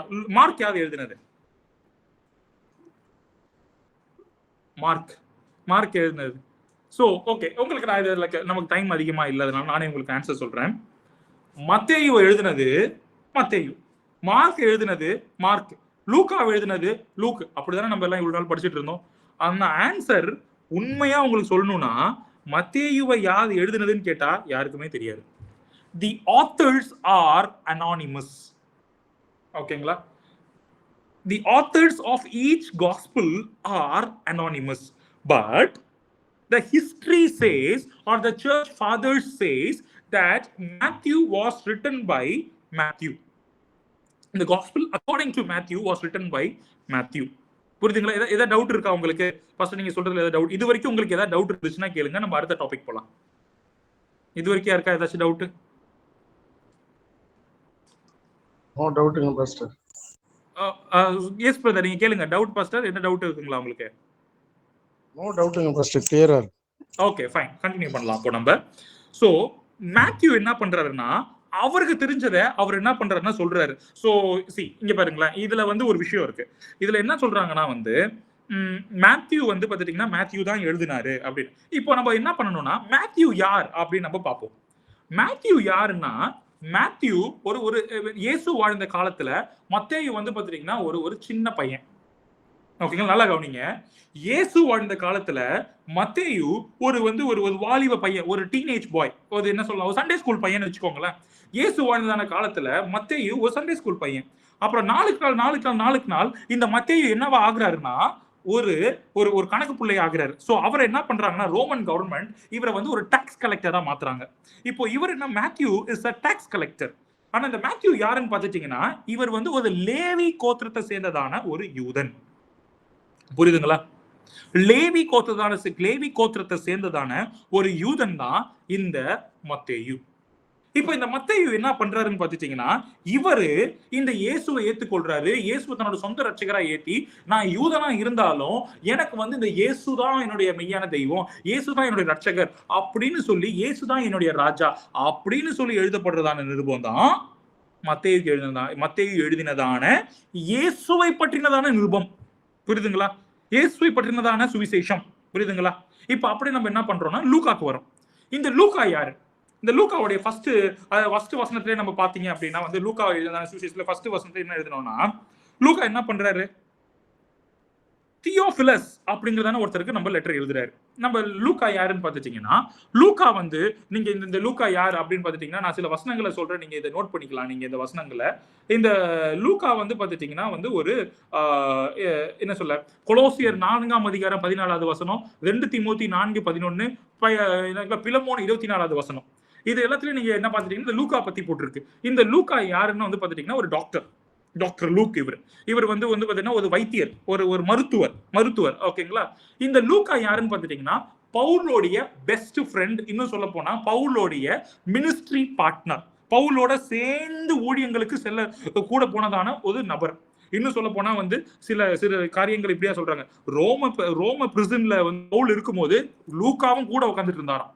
இன்ஃபேக்ட் இன்னும் சொல்றாங்க, இது இன்னும் சில ஹிஸ்டாரியன்ஸ் என்ன சொல்றாங்கன்னா, பவுல் ஒரு பக்கம் உட்கார்ந்து லெட்டர் எழுதும் போது லூக்கா ஒரு பக்கம் உட்கார்ந்து தியோபிலஸ்க்கு லெட்டர் எழுதிட்டு இருந்தாராம். அந்த லெட்டர் தான் அப்போஸ்தலர் நடபடிகள். அந்த லெட்டர் தான் லூக்கா எழுதினதான சுவிசேஷம். புரியுதுங்களா? இந்த இந்த இந்த இந்த மார்க் எழுதின சுவிசேஷம் எதுன்னு பாத்துட்டீங்கன்னா, பேதுரு கூட ஒருத்தர் இருப்பார். கவனிச்சிருக்கீங்களா? பேதுரு கூட ஒருத்தர் இருப்பார். அவர் பேர் என்னது உங்களுக்கு தெரியுமா? அவரோட பேரு, பேதுரு கூட ஒருத்தர் இருந்தார். அவருடைய பேரு ஜான் மார்க். இவரை பத்தி நம்ம வந்து அப்போஸ்தலர்ல நம்ம பாக்குறோம். ஜான் மார்க்கை பத்தி நம்ம அப்போஸ்தலர்ல நம்ம பாக்குறோம். சில இடத்துல கூட ஒரு சண்டை கூட வந்துச்சு. இதெல்லாம் நம்ம படிச்சிருக்கோம். அப்போஸ்தலர் நம்ம படிச்சிருக்கோம் பாத்தீங்களா? ஜான் மார்க்கை பத்தி நம்ம படிச்சிருப்போம். அப்போஸ்தலர் நிருபம் 12ஆம் அதிகாரம் 12வது வசனம், 25, 15 37, கொலோசியர் 4:10, 2 தீமோத்தி 4:11, அதுக்கப்புறம் பைலிமோன் 24வது வசனம். இது எல்லாமே வந்து பாத்துட்டீங்கன்னா இந்த ஜான் மார்க்கை பத்தி கொடுக்கப்பட்டதான வசனங்கள். ஓகேங்களா? இந்த ஜான் மார்க் யாருன்னு பாத்துட்டீங்கன்னா பேதுருவோட கூட நடந்ததான ஒரு சீடன். புரியுதுங்களா? இந்த ஜான் மார்க் யாரு? இந்த ஜான் மார்க் யாருன்னு பாத்துட்டீங்கன்னா இயேசு வாழ்ந்த காலத்துல இயேசுவோட இருந்ததான ஒரு டிசைபிள். இந்த இயேசுவோட இருந்ததான இந்த டிசைபிள் என்ன பண்றாரு, அவர் இயேசுவை பத்தி தானே ஒரு நிருபம் எழுதுறாரு. யாரோட உதவியாளன்னு பாத்துட்டீங்கன்னா பேதுருவோட உதவியால. இவ பேதுரு கேட்கிறாரு, பேதுரு நீங்க கொஞ்சம் சொல்லுங்களேன் இயேசுவை பத்தி. இயேசு நீங்க வாழ்ந்த காலத்துல என்னெல்லாம் பண்ணியிருந்தாரு, இயேசு எப்படியாப்பட்டவர், இயேசுவை பத்தி சொல்லுங்க. அப்போ பேதுரு என்ன பண்றாரு, ஜான் மார்க்குக்கு, உனக்கு தெரியுமா இயேசு வந்து தண்ணி மேல நடந்தாரு, உனக்கு தெரியுமா இயேசு செத்தவங்களை உயிரோடு எழுப்பினாரு, உனக்கு தெரியுமா நான் இப்ப இயேசு கூடவே இருந்தேன் தெரியுமா, நான் இயேசு தண்ணி மேல நடக்கும்போது நான் இயேசு கிட்ட கேட்டேன், நானும் உங்க கூட தண்ணியில நடக்கட்டுமா. அப்ப இயேசு உடனே என்ன தெரியுமா சொன்னாரு, வா நீ என் கூட நடந்து வா. இது எல்லாம் பேதுரு என்ன பண்றாரு, இந்த சின்ன பையனுக்கு ஷேர் பண்றாரு. ஓகேங்களா, பேதுரு வயசானவர், அவருக்கு இவர் சின்ன பையன். அப்போ பேதுரு வந்து என்ன பண்றாரு, இந்த சின்ன பையனுக்கு எல்லா கதைகளையும் சொல்றாரு. யாரை பத்தினதான கதைகள், இயேசுவை பத்தினதான கதைகள் எல்லாத்தையும் சொல்றாரு. அப்போ சொல்ல சொல்ல சொல்ல சொல்ல இந்த ஜான் மார்க் என்ன பண்றாருன்னு பார்த்துட்டீங்கன்னா அது எல்லாத்தையும் நோட்ஸ் எடுக்கிறாரு. இப்ப நான் பேச பேச நீங்க நோட்ஸ் எடுக்கிறீங்களா, அதே போல இந்த ஜான் மார்க் என்ன பண்றாரு, பேதுரு சொல்ல சொல்ல சொல்ல சொல்ல சொல்ல நோட்ஸ் எடுக்கிறாரு. அதுதான் மார்க் எழுதினதான சுவிசேஷம். புரியுதுங்களா? இப்போ இந்த மார்க் எழுதினதான சுவிசேஷம் எப்போ ரிலீஸ் ஆச்சு அப்படின்னு பாத்துட்டீங்கன்னா, இந்த படம் ரிலீஸ் ஆகுற மாதிரி தான் மார்க் எழுதினதான சுவிசேஷம் எப்போ ரிலீஸ் ஆச்சுன்னா 65ஆம் நூற்றாண்டுல இருந்து 70ஆம் நூற்றாண்டோட இந்த காலகட்டத்துல எழுதி ரிலீஸ் பண்ணப்பட்டதான ஒரு ஒரு ஒரு சுவிசேஷம் தான் மார்க் எழுதின சுவிசேஷம். மார்க் இதை ரிலீஸ் பண்ணும்போது இதை யார் பாக்குறா, லூக்காவும் மத்தேயும் பாக்குறாங்க. அப்ப அவங்க பார்த்துட்டு நினைக்கிறாங்கன்னா, இதே போலதான ஒரு சுவிசேஷத்தை நான் என்னுடைய மக்களுக்காக நான் எழுதணும். புரியுதுங்களா? என்னுடைய மக்களுக்காக நான் எழுதணும். இப்போ நீங்க ஒரு விஷயத்தை நீங்க நல்லா கவனிக்கணும். நீங்க படிக்கும் போது மத்தேயு தனியா, மார்க் தனியா, லூக்கா தனியா படிச்சா ஒண்ணுமே புரியாது. நீங்க படிக்கும் போது மத்தேயு, மார்க், லூக்கா மூணுத்தையும் ஒன்னா சேர்த்து வச்சு படிச்சாதான் உங்களுக்கு அந்த முழுமையான பிக்சர் உங்களுக்கு கிடைக்கும். அந்த யானையோட ஸ்டோரி மாதிரி. நீங்க வெறுமனா யானையோட காலை மட்டும் தொட்டு பார்த்துட்டு யானை வந்து தூண் மாதிரி இருக்குன்னு சொன்னீங்கன்னா தப்பு. ஆனா யான் தூணான்னு கேட்டா அதுவும் உண்மை. சோ மூணுத்தையும் நம்ம எல்லாம் அந்த 4 பேர் சொன்னதையும் ஒன்னா சேர்த்து வச்சு ஒரே போட்டோ ஒரே இதுல நீங்க பாத்தீங்கன்னா தான் உங்களுக்கு தெளிவான ஒரு விளக்கம் கிடைக்கும். புரியுதுங்களா? அதே போல இங்க என்ன நடக்குதுன்னா, மார்க் வந்து ஒரு சுவிசேஷத்தை எழுதி ரிலீஸ் பண்றாரு. இத மத்தேயுவும் லூக்காவும் படிக்கிறாங்க. படிச்ச உடனே அவங்களுக்கு புரியுது, இப்போ யூத கிறிஸ்தவங்களுக்கு நான் இயேசுவை பத்தியே சொல்லணுமே, அதுக்கு நான் என்ன செய்யணும், ஒரு நிருபம் ஒரு சுவிசேஷம் எழுதணும். அப்ப என்ன பண்றாங்கன்னா, மார்க்க வச்சு அதுக்கப்புறம் இந்த இயேசுவோட வாழ்ந்ததான மக்களை வச்சு இதை எல்லாம், இப்ப இயேசுவோட வாழ்ந்தான மக்கள் யாரு, பேதுரு கிட்ட, யோவான் கிட்ட, யாக்கோபு கிட்ட, அவருடைய சீடர்கள் கிட்ட உட்கார்ந்து பேசி அவர் இயேசு பத்தி நிறைய கேட்டு அவரை பத்தி ஒரு அருமையான ஒரு சுவிசேஷம் எழுதுறாரு. அவர் தான் மத்தேயு. புரியுதுங்களா? இது வரைக்கும் புரிஞ்சுதுங்களா உங்களுக்கு? அப்போ யூதர்களுக்காக எழுதப்பட்டதான சுவிசேஷம் என்னது, மத்தேயு. இப்ப அப்படியே நம்ம லூக்குக்கு வருவோம். இந்த லூக் என்ன பண்றாருன்னு பாத்துட்டீங்கன்னா, ஓகே மத்தேயு என்ன பண்ணிட்டான், யூதர்களுக்காக ஒரு சுவிசேஷம் எழுதிட்டாரு. மார்க் என்ன பண்ணிட்டாரு, இயேசுவை பத்தி இவர் ஒரு சுவிசேஷம் எழுதிட்டாரு. இப்ப நான் என்ன பண்ணணும், நான் ஒரு சுவிசேஷம் எழுதணும். யாருக்காக, என்னுடைய நண்பன் தியோபிலஸ்க்காக நான் வந்து ஒரு நிருபம். இந்த தியோபிலஸ் யாரு, தியோபிலஸ் அப்படிங்கிறது ஒரு பர்டிகுலர் நபரை குறிக்கலாம், இல்ல தியோபிலஸ் அப்படிங்கிறது ஒரு ஒரு காட் ஃபியரிங் குரூப் அப்படின்னு சொல்லுவாங்க. அதாவது ஒரு ஒரு கூட்டமான ஒரு நபர்களை குறிக்கலாம். ஓகேங்களா? இந்த கூட்டமான நபர்கள் யார் அப்படின்னு பாத்துட்டீங்கன்னா, இவங்க வந்து கர்த்தரை சேவிக்கிறதான மக்கள்.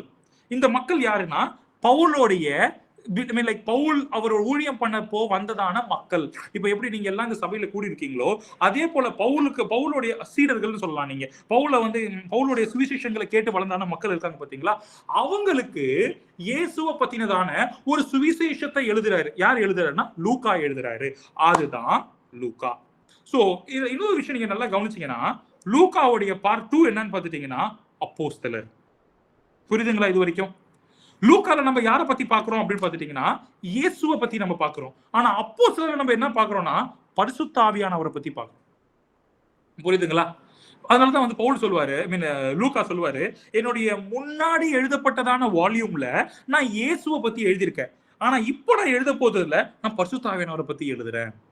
So when you see, Luke is one of the greatest theologian, I would say, because in his gospel, according to him, he writes about Jesus Christ.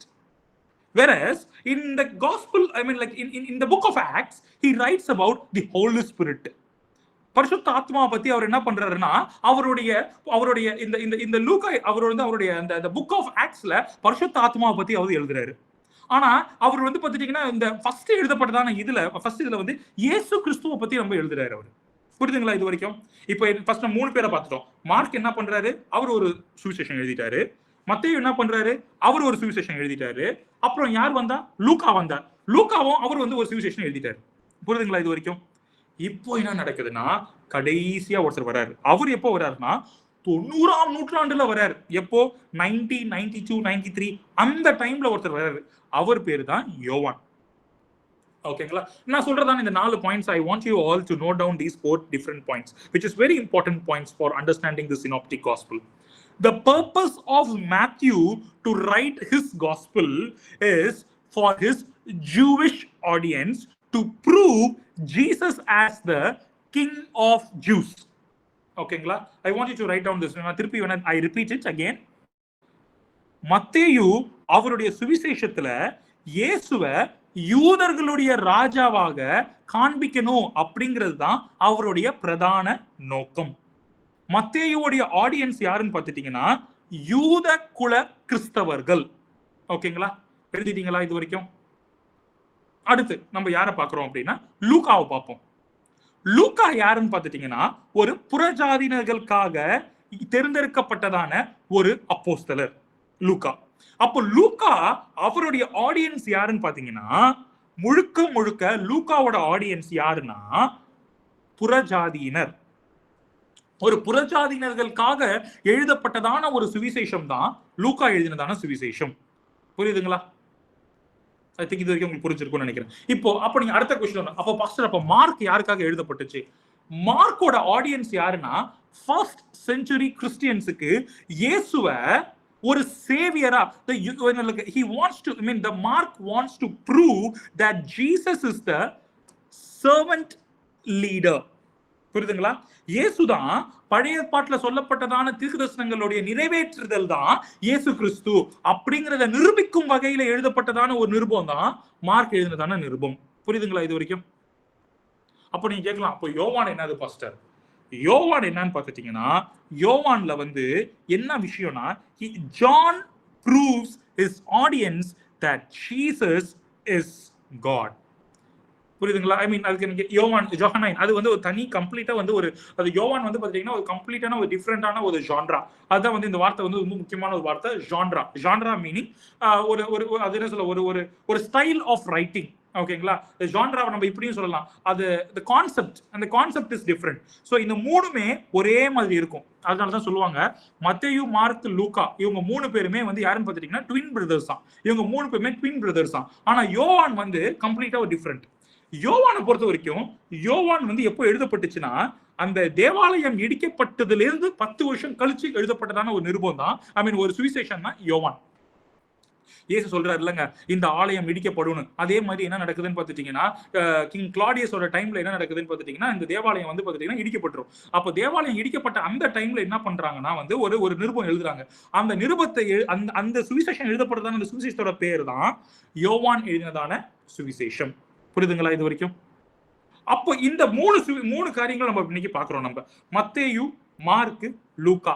First விஷயம், மத்தேயு யூதர்களுக்காக எழுதப்பட்டது, லூக்கா புறஜாதியினருக்காக எழுதப்பட்டது, மார்க் அந்த முதல் செஞ்சுரி கிறிஸ்டியன்ஸ் இருக்காங்க பாத்தீங்களா, அந்த ஃபர்ஸ்ட் செஞ்சுரி கிறிஸ்டியன்ஸுக்காக எழுதப்பட்டதான ஒரு விஷயம் தான் இந்த மார்க் எழுதினதான சுவிசேஷம். புரியுதுங்களா இது வரைக்கும்? இது வரைக்கும் புரியுதுங்களா? அடுத்த விஷயம் தானே இப்ப அடுத்த ஒரு முக்கியமான விஷயம் நம்ம பார்க்க போறோம். மத்தேயுல நம்ம என்ன பாக்குறோம் அப்படின்னு பாத்துட்டீங்கன்னா மத்தேயுல இயேசுவை அவர் மெயின் ஃபோக்கஸா என்ன பண்றாருன்னா யூதர்களுக்கு கிடைக்கப்பட்டதான ரட்சிப்பு, யூதர்கள் வந்து முதல்ல மனம் திரும்பணும், யூதர்கள் வந்து இயேசுவை தன்னோட சொந்த ரட்சகரா ஏத்துக்கணும், யூதர்கள் should understand that Jesus is the Messiah. புரியுதுங்களா? The promised Messiah is Jesus. That is the primary focus or that is the primary purpose of Matthew. Whereas when it comes to மார்க்கோட ஃபோக்கஸ் என்னன்னு பார்த்துட்டீங்கன்னா மார்க்கோட focus வந்து to prove Jesus as the universal saviour. புரியுதுங்களா? To prove Jesus as the universal saviour. இயேசு யூதர்களுக்கு மாத்திரம் இல்லப்பா, இயேசு இந்த பூமியில அகில உலகத்துல வாழ்ற அத்தனை மக்களுக்கும் இயேசு வேணும். அத்தனை மக்களுக்கும் இயேசு வந்து இயேசு ஒருத்தர் தான் வந்து ரட்சகர். யூதர்களுக்கு மாத்திரம் ரட்சகர் கிடையாது, நீ யூதர்களுக்கு மாத்திரம் தான் தெய்வம் அப்படின்னு நினைச்சுக்காத. லூக்கா என்ன சொல்றாருன்னா இயேசு வந்து அகில உலகத்துக்கும் தெய்வம். அப்படிங்கிறது தான் லூக்காவுடைய கான்செப்டா இருக்குது. புரியுதுங்களா இது வரைக்கும்? ஆனா மார்க் என்ன சொல்றாருன்னு பார்த்துட்டீங்கன்னா, மார்க்கோட ஒரே நோக்கம் என்னன்னா, மார்க் எப்படியாவது இந்த மக்கள் எல்லாரும் இயேசுவை ஏத்துக்கணும். எப்படி ஏத்துக்கணும்னா, இயேசு என்னுடைய பாடுகளுக்காக எனக்காக மரிக்க வந்ததான ஆட்டுக்குட்டி. இயேசு யாருன்னா, எனக்காக அந்த இந்த பழைய பாட்டுல சொல்லப்பட்டிருக்குல்ல, என்ன ஒருத்தர் வந்து நம்மளை காப்பாத்துவாருன்னு, அந்த காப்பாத்துறது யாரும் இல்ல, இந்த இயேசுதான் அப்படின்னு.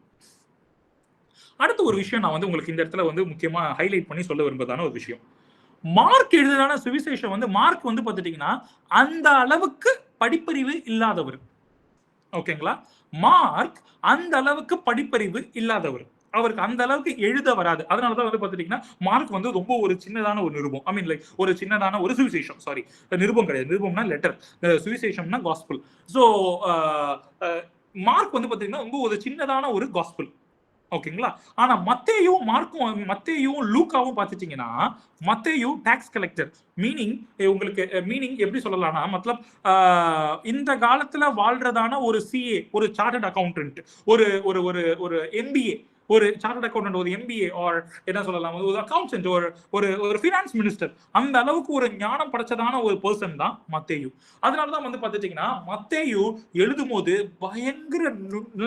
பயங்கர ஒரு பியூட்டிஃபுல்லா, பயங்கர ஒரு கேர்ஃபுல்லா, பயங்கர பியூட்டிஃபுல்லா எழுதியிருப்பாரு மத்தேயு அவருடைய சுவிசேஷத்தை எழுதும் போது. ஆனா மார்க் வந்து பாத்துட்டீங்கன்னா அவர் எழுதுற ஸ்டைலே கம்ப்ளீட்டா வேறையா இருக்கும். ஏன்னா even like theological like theological I mean like theologians இப்படியா சொல்றாங்க. என்ன சொல்றாங்கன்னா, லூக்கா வந்து ஒரு பியூட்டிஃபுல் ஆத்தர். ஓகேங்களா? ஒரு சூப்பரா எழுதக்கூடியதான ஒருத்தர். மத்தேயு வந்து வரி வசூலிப்பவர். அப்போ அவருடைய பிரைமரி ஃபோக்கஸ் வந்து எப்படின்னா, எப்படியா இயேசுவை என்னுடைய ஆடியன்ஸுக்கு கொண்டு போய் நான் சேர்க்கணும். ஆனா லூக்கா என்ன பண்றாருன்னா, இயேசுவை அகில உலகத்துக்கும் நான் கொண்டு போய் சேர்க்கணும். இருக்கிற எல்லாருக்கும் இயேசு வேணும். அப்போ லூக்கா எழுதுதான விஷயமே வேற. ஓகே, இது எப்படி பிரதர் நான் கண்டுபிடிக்கிறது? மத்தேயுல பெண்களை பத்தி அதிகமா எழுதப்பட்டிருக்காது. புரியுதுங்களா? பெண்களை பத்தி மத்தேயுல அதிகமா எழுதப்பட்டிருக்காது. ஏன் எழுதப்பட்டிருக்காது அப்படின்னா, யூதர்களை பொறுத்த வரைக்கும் பெண்கள் வந்து ரொம்ப ஒரு சீப்பான, ஒரு ஒரு ஒதுக்கப்பட்டதான, ஒரு தாழ்த்தப்பட்டதான சமூகத்தை சேர்ந்தவர்கள் பெண்கள். ஆனா லூக்கா என்ன பண்றாருன்னா, பெண்களை பத்தி நிறைய எழுதியிருப்பாரு. ஏன் பெண்களை பத்தி நிறைய எழுதியிருப்பாரு லூக்கா எழுதியிருக்காரு அப்படின்னா, அவர் என்ன செய்யறாருன்னா, யூத குலத்துல பெண்களை வந்து வெறுத்து ஒதுக்குறாங்க, கீழே தள்ளி வைக்கிறாங்க. ஆனா நான் அப்படி எழுதக்கூடாது, பெண்களை உயர்த்தணும். ஏன்னா இயேசு வந்து தள்ளல. இயேசு வந்து யூதர்களை மாதிரி பிஹேவ் பண்ணல. இயேசு வந்து யூதர்களை மாதிரி சீப்பானவர் கிடையாது. இயேசு அவரை பொறுத்தவரைக்கும் அவர் எல்லாரும் அவரோட பிள்ளைகள், எல்லாரும் அவர் பரலோக ராஜ்யம் வரணும், எல்லாரும் கர்த்தரோட ராஜ்யத்துக்குள்ள சேரணும். அதுதான் இயேசுவோடைய பிரதான நோக்கமாவே இருந்துச்சு. அத லூக்கா என்ன பண்றாருன்னா அவரோட ஸ்டைல்ல அவர் எழுதுறாரு. புரியுதுங்களா இது வரைக்கும்? ஐ திங்க் இது வரைக்கும் உங்களுக்கு புரிஞ்சதுன்னு நினைக்கிறேன். மார்க், மத்தேயு, லூக்கா 3 பேரையும் நம்ம பார்த்தோம். சரி, இவங்களுக்கு எப்படி இந்த காரியங்கள்லாம் கிடைச்சது அப்படின்னு பார்த்துட்டீங்கன்னா, ஃபர்ஸ்ட் விஷயங்கள் வந்து பார்த்துட்டீங்கன்னா ஓரல் ட்ரெடிஷன் அப்படின்னு சொல்லுவாங்க. I want you to note down this word, oral tradition. அதாவது இப்ப என்ன சொல்ல, நான் எங்க அப்பா கிட்ட போய் கேட்பேன், நம்ம தாத்தாவை பத்தி சொல்லுங்க அப்படின்னு. அவர் என்ன பண்ணுவாரு, அவரோட அப்பாவை பத்தி தான கதைகளை அவர்கிட்ட என்கிட்ட சொல்லுவார். அப்ப நான் என்ன பண்றேன், இந்த கதைகள் எல்லாத்தையும் கேட்டு நான் ஒரு புக்ல எழுதுறேன். புரியுதுங்களா? அதே போலதான் இது எல்லாமே ஓரல் ட்ரெடிஷன்ஸ். ஃபர்ஸ்ட் விஷயம். அடுத்து பாஸ்டர், எனக்கு ஒரு டவுட் பாஸ்டர். இந்த மத்தேயு, மார்க்கு, லூக்கா, யோவான் இவங்க சொன்னதெல்லாம் எதை வச்சு நான் உண்மைன்னு நம்புறது? என்கிட்ட ஒரு பையன் இப்படிதான் கேள்வி கேட்டான். பாஸ்டர், நான் எப்படி எதை வச்சு இந்த மத்தேயு, மார்க்கு, லூக்கா, யோவான் இவங்க 4 பேரும் எழுதுனது உண்மை நான் நம்புறது? ஃபர்ஸ்ட் விஷயம் நீங்க கவனிக்க வேண்டியதான ஒரு விஷயம் என்னன்னா, இந்த 4 பேருமே இயேசுவோடு பயணிச்சவர்கள். ஃபர்ஸ்ட் விஷயம். இந்த 4 பேருமே அவங்களுடைய மென்டார்ஸ் யாருன்னு பாத்துட்டீங்கன்னா, இயேசு கூடவே இருந்ததான நபர்கள். புரியுதுங்களா? பேதுரு யாரு? இயேசு கூடவே இருந்தவர். யோவான் யாரு? இயேசுவோடவே இருந்தவர். இந்த இந்த இந்த இந்த லூக்கா யாரு? லூக்கா எழுதுனதான ஒரு விஷயமே பேதுருவை பத்தி, பவுலை பத்தி, அதுக்கப்புறம் இயேசு கூட இருந்ததான இருக்காங்க பாத்தீங்களா, யாக்கோபு கிட்ட இருந்து, இவங்க எல்லாருக்கிட்டே இருந்தும் சோர்ஸை வாங்கி வாங்கி வாங்கி வாங்கி இவர் எழுதுறதான ஒரு சுவிசேஷம் தான் லூக்கா எழுதுனதான சுவிசேஷம். Therefore மத்தேயு, மார்க்கு, லூக்கா இது 3மே ஒரே மாதிரி இருக்கிறதுக்கான காரணம், இது 3மே ஒரே பர்டிகுலர் டைம்ல எழுதப்பட்டதான நிருபங்கள், சுவிசேஷங்கள். புரியுதுங்களா இது வரைக்கும்? I think this has made sense. Right? So இது எல்லாமே வந்து பாத்துட்டீங்கன்னா ஒரே காலகட்டத்துல ஒரே மாதிரி எழுதப்பட்டது. இதுல முதலா எழுதப்பட்டது மார்க்கு, அடுத்து எழுதப்பட்டது மத்தேயு, அதுக்கப்புறம் எழுதப்பட்டது லூக்கா, கடைசியா எழுதப்பட்டதுதான் யோவான். புரியுதுங்களா இது வரைக்கும்? இது வரைக்கும் யாருக்காச்சும் ஏதாச்சும் டவுட் இருக்குங்களா? இது வரைக்கும் யாருக்கா ஏதாவது டவுட் இருக்குங்களா? யாருக்கா ஏதாச்சும் டவுட் இருக்குங்களா இது வரைக்கும்? இதுதான். ஸோ ஐ திங்க் நீங்க மௌனமே கரெக்ட். அமது I think I miss that dialogue. மௌனமே வந்து சம்மதம் அப்படின்னு எடுத்துக்கிட்டு நான் கண்டினியூ பண்றேன் என்னோட கிளாஸ். ஸோ இப்போ வந்து பார்த்துட்டீங்கன்னா so far what we have seen these three gospels together நம்ம வந்து பார்த்தோம். So now I just want to conclude here. Like இதோட நான் முடிச்சிக்க விரும்புறேன் because like it's a lengthy class. So இதோட நான் முடிச்சிக்க விரும்புறேன். Now I want to open the session for question and answers. So for next I think we still have couple of minutes left. So உங்களுக்கு ஏதாச்சும் doubts in terms of synoptic gospel or in terms of New Testament or in terms of gospels or in terms of Pauline in terms of New Testament உங்களுக்கு ஏதாச்சும் doubts இருந்துச்சுன்னா இப்போ நீங்க என்கிட்ட நீங்க feel free to ask. நீங்க இந்த இடத்துல நீங்க கேட்கலாம். நான் உங்களுக்கு எனக்கு தெரிஞ்சதை நான் உங்களுக்கு நான் சொல்லுவேன்.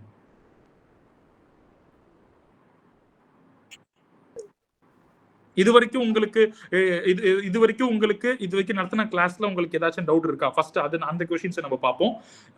உங்களுக்கு அப்படியேப்பட்ட டவுட்ஸ் இல்லனா உங்களுக்கு புதிய பாட்ல இருந்தோ இல்ல வந்து உங்களுக்கு இந்த சுவிசேஷங்கள்ல இருந்தோ எஸ்பெஷலி சினாப்டிக் காஸ்பல்ல இருந்தோ உங்களுக்கு ஏதாச்சும் டவுட்ஸ் இருந்துச்சு அப்படினா நீங்க இத வந்து என்கிட்ட நீங்க you can ask so that we can go to the next point or you can move ahead or move forward.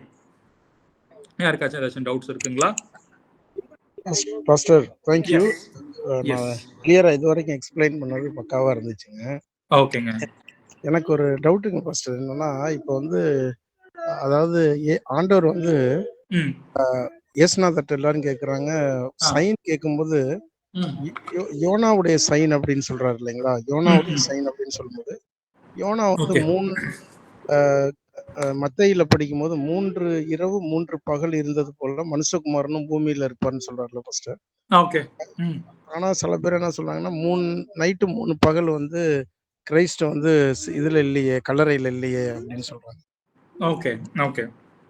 see brother, நான் இதுக்கு ஆன்சர் உங்களுக்கு நான் என்னன்னா வந்து எல்லா விஷயத்தையும் லிட்டரலா நம்ம எடுக்க கூடாது. ஓகேங்களா? எல்லா விஷயத்தையுமே நம்மளால வந்து லிட்டரலா நம்ம எடுத்தோம் அப்படின்னா it will not be applicable. ஓகேங்களா? see அல்டிமேட்லி நம்ம என்ன பார்க்கறோம்னா யோனா கதையில நம்ம என்ன பார்க்கறோம்? யோனால வந்து பார்த்துட்டீங்கன்னா யோனா வந்து மீன் வயித்துக்குள்ள இருந்தார். மீன் வயித்துக்குள்ள எத்தனை நாள் இருந்தாரு? 3 நாள் 3 இரவு இருந்தாரு. Okay fine. ஓகே. இப்போ இங்க இயேசுவை வந்து பார்த்துட்டோம்னா இயேசு வந்து கல்லறையில 3 நாள் இருந்தாரு அப்படின்னு சொல்றோம். ஆனா இப்போ நம்ம எந்த ஒரு விஷயத்தையுமே ரொம்ப நோண்டி ஆராய்ஞ்சு நம்ம ரொம்ப டீப்பா பார்த்தோம்னா you will not get the answer.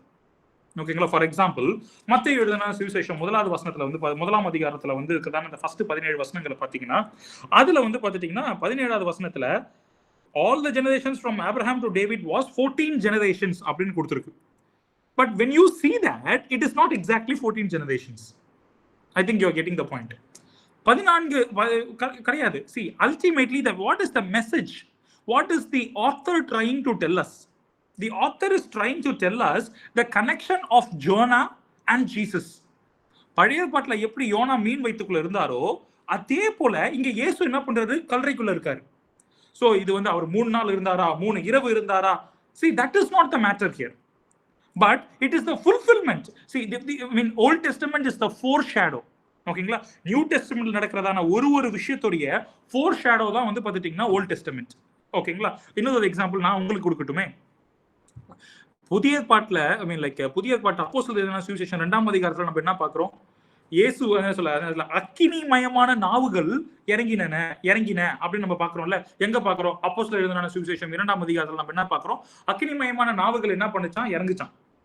இப்ப அப்படியே பழைய பாட்டுக்கு போங்களேன், இதே சீன் நடக்கும். எங்க நடந்துச்சு? எங்க நடந்துச்சு? சீனாய் மலை மேல அக்கினியா அந்த மலையோட உச்சில கர்த்தர் வந்து இறங்கினாராம்.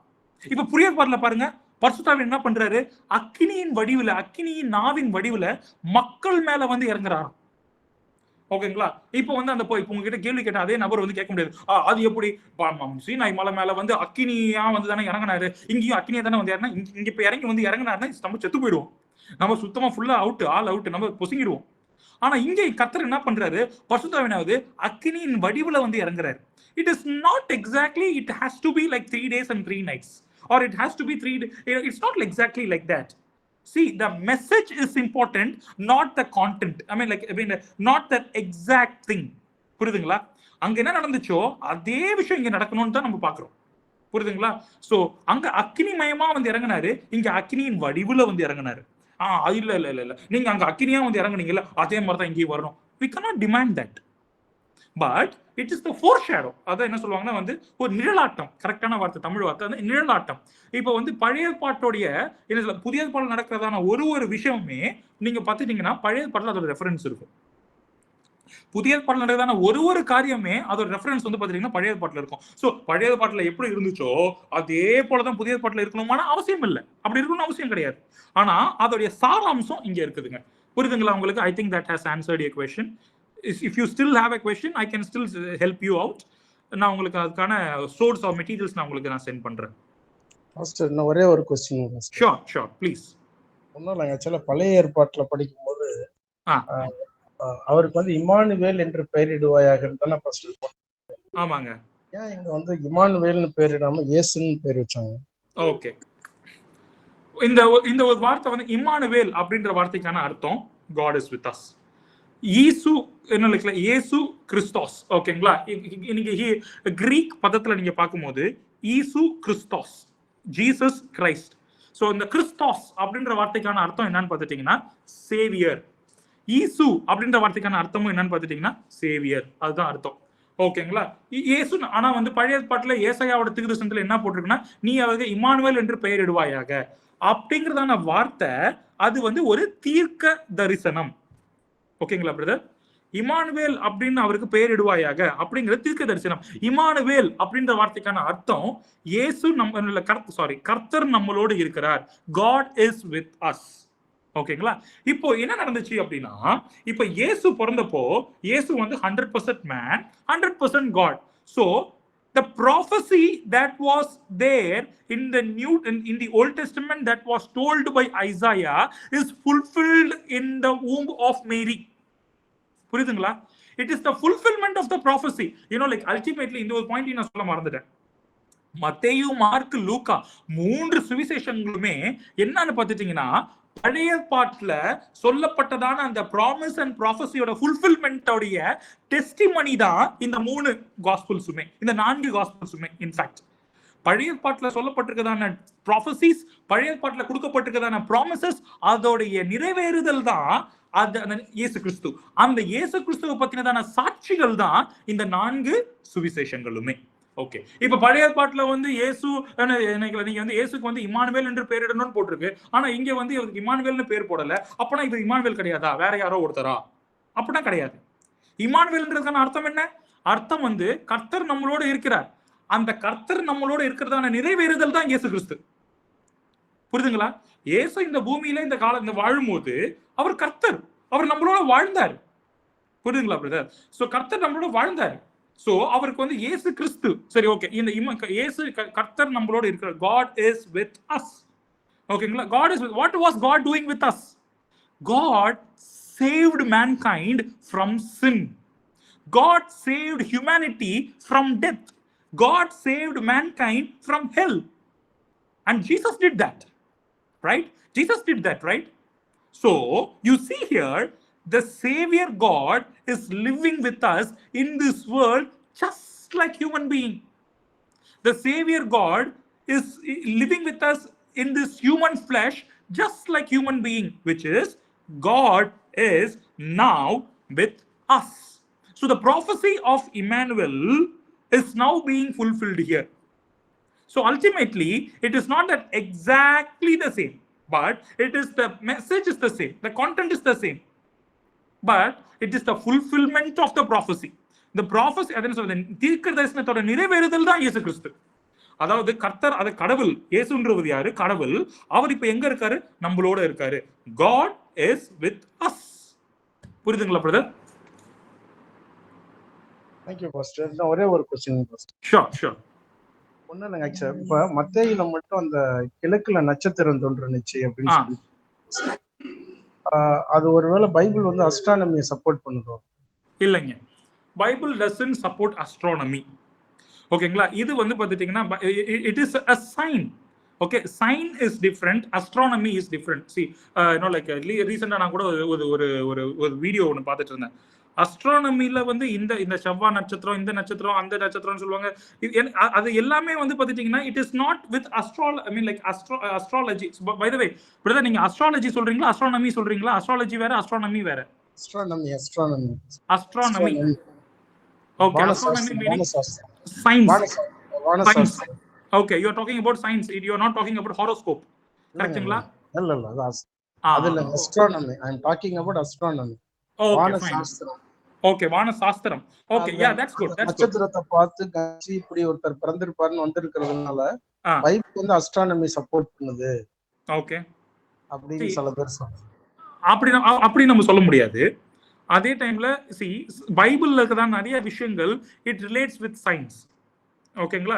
ஸோ லைக் ஒரு லூயி பாஸ்டர், ஓகேங்களா, நம்ம பால் காய்ச்சறோம் பார்த்தீங்களா, பால் காய்ச்சல், லூயி பாஸ்டர், பாஸ்டரைசிங் மெத்தட், அந்த சயின்ஸ், அந்த சயின்டிஸ்ட் பேர் வந்து லூயி பாஸ்டர். அவர் வந்து இப்படியா எழுதியிருக்காரு. கடைசியாக அவர் சாவும் போது இப்படியே சொன்னாராம், நீங்க சயின்ஸை வெறுமான மேலோட்டமா பாத்தீங்கன்னா நீங்க என்ன சொல்லுவீங்கன்னா கடவுளே இல்லை அப்படின்னு சொல்லுவீங்க. ஆனா சயின்ஸை நீங்க டீப்பா டைவ் பண்ணி உள்ளுக்குள்ள போய் பாத்தீங்கன்னா கடவுள் தான் எல்லாமேன்னு சொல்லுவோமா. லூயி பாஸ்டர் அப்படியே சொல்லியிருப்பாரு. ஸோ எதுக்கு நான் இந்த விஷயத்தை இந்த இடத்துல சொல்ல வரேன் அப்படின்னா, science, Bible is like like you cannot just literally say that Bible is a science book. ஓகேங்களா? Bible is not a science book. Bible is not our school science book மாதிரி கிடையாது. ஆனா இதுல இருக்கிறதான ஒரு விஷயமே, இந்த பைபிளை எழுதினதான, இந்த பைபிள சொல்லப்படுறதான இந்த கர்த்தர் யாருன்னா சயின்ஸை படிச்சவர். அது விசுவாசிக்கிறோம்ல, அதுதானே உண்மை. இந்த பைபிள்ல சொல்லப்படுறதான இந்த கர்த்தர், இந்த பைபிள்ல எழுதப்பட்டிருக்கதான இந்த இயேசு கிறிஸ்து, இந்த பைபிள்ல எழுதப்பட்டிருக்கதான இந்த பிதா சுதன் பரிசுத்தாவி, they are the ones who are the authors of science. So I mean like see, for example, when you see like the யூதர்களுக்கு வந்து பார்த்துட்டீங்கன்னா science is very important. நீங்க ஜானைன்ல வந்து பார்த்துட்டீங்கன்னா you will see that when you study about Johannine, science and wonders are very much important for the Jews. யூதர்கள் எப்போதுமே சயின்ஸ்க்காக அலைவாங்களாம். ஆனா கிரேக்கர்கள் எப்போதுமே பிலாசபிக்கு அலைவாங்களாம். ஓகேங்களா? ஸோ இந்த இடத்துல வந்து பார்த்துட்டீங்கன்னா இதுக்கும் நீங்க simple answer for that is yeah, that would be, of course, that would be a relation between science and I mean like that would be a relation between astronomy. It's not astrology. There is no astrology. We don't, Bible doesn't support, or Bible doesn't like give evidence for astrology, but Bible, yeah, there are evidences for astronomy. Yes, that's true. Thank you, Pastor. Yeah, welcome brother. So anybody has any doubts? வேற யாருக்காச்சும் ஏதாச்சும் doubts இருக்குங்களா? I think that question, I mean like the answer that I gave you is satisfiable, right brother? நான் கொடுத்த answer உங்களுக்கு திருப்திகரமா இருக்குங்களா? Okay pastor, thank you. Thank you so much. I don't want to give an answer which you are not able to understand, or வந்தாரு ஏதோ ஒன்று சொன்னாருங்க அப்படி இல்லாம I want to give you a particular answer. உங்களுக்கு புரியலனா நீங்க you can still ask me, or I can give you some like materials also. நீங்க அந்த மெட்டீரியல்ஸ் படிச்சீங்கன்னா உங்களுக்கு அதுக்கான ஆன்சரும் கிடைக்கும். என்கிட்ட நிறைய மெட்டீரியல்ஸ் இருக்கு, சோர்சஸ் இருக்கு. நீங்க கேட்டீங்கன்னா I can send it to you. So anybody else has a question or anybody has a doubt? யாருக்கா ஏதாச்சும் இருக்குங்களா?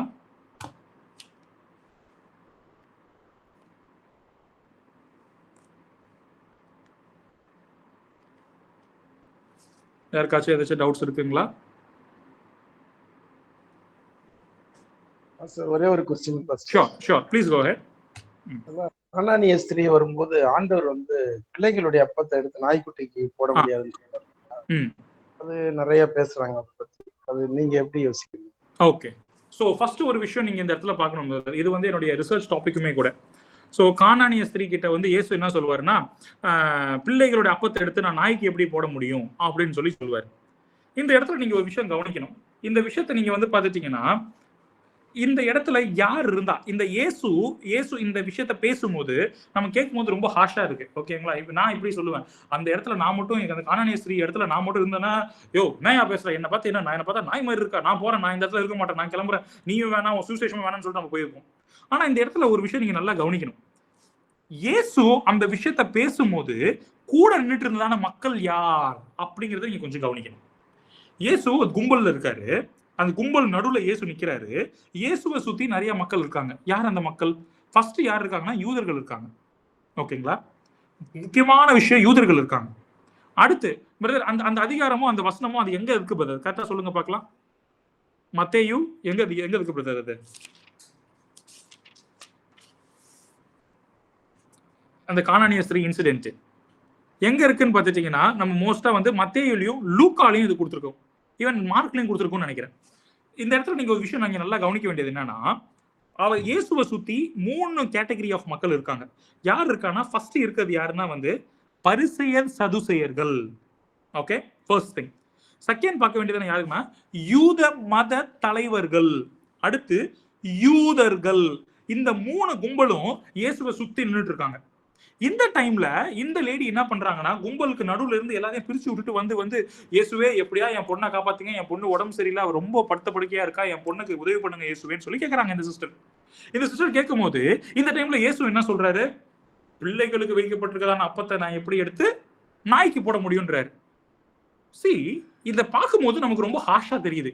என்ன இயேசு இப்படி பிஹேவ் பண்ணிருக்காரு, எப்படி வந்து ஒரு மனிதாபிமானமே இல்லாம இப்படி பிஹேவ் பண்றாரு அப்படின்னு சொல்லி நமக்கு இங்க தோணுது. பட் நீங்க விஷயத்தை நல்லா உத்து கவனிங்களேன். அந்த இடத்துல இயேசு யார அட்ரஸ் பண்றாரு? இயேசு இப்ப வந்து ஃபார் எக்ஸாம்பிள் வந்து பாத்துட்டீங்கன்னா, உங்களுக்கு மேபி நான் இப்படி சொன்னா உங்களுக்கு புரியும்னு நினைக்கிறேன். இது சில டைம்ல வந்து என்னோட ஃப்ரெண்ட் வந்து இப்படியா வந்து என்கிட்ட சொல்லுவான் அவன். அதாவது அவங்க அப்பா காதுல விழணுங்கிறதுக்காக அவங்க அம்மாவை கூப்பிட்டு, அம்மா எனக்கு காசு கொடுமா அப்படின்னு கேட்பானா. இப்போ அதுக்கான அர்த்தம் என்னன்னா, அவங்க அம்மா கிட்ட காசு இல்ல, யார்கிட்ட இருந்தா காசு கிடைக்கணும்? அப்பா கிட்ட இருந்தா காசு வேணும். அப்பா கிட்ட இருந்து காசு வாங்கணுங்கிறதுக்காக அப்பா காதுல விடுவரும்படி அம்மா கிட்ட சொல்றான். அப்போ இங்க இயேசு என்ன சொல்ல வர்றாருன்னு பாத்தீங்கன்னா, மகளே, ஃபர்ஸ்ட் யாரு? யூதர்களுக்கு தான் ரட்சிப்பு. யார் மூலியமா வந்தது இந்த பூமிக்கு? யூதர்கள் மூலியமா தான் வந்துச்சு. இந்த அப்போங்கிறது எதை குறிக்குதுன்னா ரட்சிப்பை குறிக்குது. மகளே, நீ கேட்கறது கரெக்ட். ஆனா இது ஃபர்ஸ்ட் யாரு? பிரைமரி ஃபோக்கஸ், ஃபர்ஸ்ட் பீப்புள் யாரு? ஃபர்ஸ்ட் சர்வ் யாருக்குன்னு பாத்துட்டீங்கன்னா யூதர்களுக்கு. ஆனா என்ன தெரியுமா விஷயம்? இந்த யூதர்கள் என்ன ரிஜெக்ட் பண்ணிட்டாங்கம்மா, ஆனா நீ என்ன கண்டுபிடிச்ச. புரியுதுங்களா பிரதர்? அந்த இடத்துல இயேசு என்ன பண்ற, அடுத்த வசனமே நீங்க பாத்தீங்கன்னா இப்படியே இருக்கும். இயேசு அந்த ஸ்திரீயோடைய விசுவாசத்தை கண்டு ஆச்சரியப்பட்டு ஒரு வசனம் சொல்றாரு, ஒரு டயலாக் ஒன்று சொல்றாரு. என்ன சொல்றாரு? இஸ்ரவேலர்கள் மத்தியில கூட நான் இப்படியாப்பட்டதான விசுவாசத்தை நான் பார்க்கல சொல்றாரா இல்லையா? அப்போ இது எதை குறிக்குதுன்னா, அந்த இடத்துல இயேசு யூதர்கள் கிட்ட பேசுறாரு. யூதர்கள் அந்த இடத்துல அசிங்கப்படுத்துறாரு. டே, நான் உனக்காக தான்டா பூமிக்கு வந்தேன், உன் மூலியமா தான் இந்த ரட்சிப்பை நான் செயல்படுத்தணும்னு நான் வந்தேன். ஆனா நீ என்ன பண்ணிட்ட தெரியுமா? என்ன ரிஜெக்ட் பண்ணிட்ட. நீ என்ன கேள்வி மேல கேள்வி கேட்டு என்ன தூர போக சொல்லிட்ட. ஆனா நான் இந்த பொண்ணுக்காக வரல, ஆனா இந்த பொண்ணு என்ன தேடி வந்தா. புரியுதுங்களா பிரதர்? இப்ப இந்த இடத்துல இயேசு என்ன சொல்றாருன்னா, நான் உனக்காக தான் நான் வந்தேன், ஆனா நீ என்ன வந்து என்ன பண்ணிட்ட? நீ என்ன மறந்துட்ட, நீ என்ன ரிஜெக்ட் பண்ணிட்ட. பட் இந்த புள்ள அப்படி இல்ல, இந்த புள்ள என்ன ரிஜெக்ட் பண்ணல, ஆனா இந்த புள்ள என்ன தேடி வந்துச்சு. So ultimately it seems that God is, it seems that Jesus is behaving very rude, but it is not that. Jesus is trying to prove the Jewish audience who are standing next to him that the salvation is first for the Jews, then to the Gentiles. First யூதர்களுக்கு, அதுக்கப்புறம் தான்ப்பா புறஜாதியினர்களுக்கு அப்படிங்கிற விஷயத்தை explain பண்றதுக்காக இயேசு இப்படியா நடந்துக்கிறாரு. புரியுதுங்களா? I think that has explained you your question, right? Thank you, Pastor. Thank you, brother. Clear. Anybody else? யாருக்காச்சும் ஒரு क्वेश्चंस இருக்குங்களா? எஸ் பிரதர், நீங்க சொல்லலாம், கேட்கலாம். யாருக்கா வேற ஏதாவது क्वेश्चंस இருக்குங்களா உங்களுக்கு?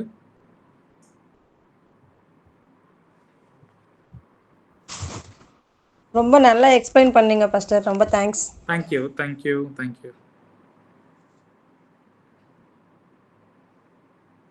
வேற யாருக்காச்சும் क्वेश्चंस இருக்குங்களா?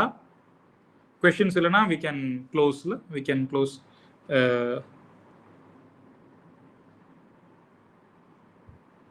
Pastor Sam?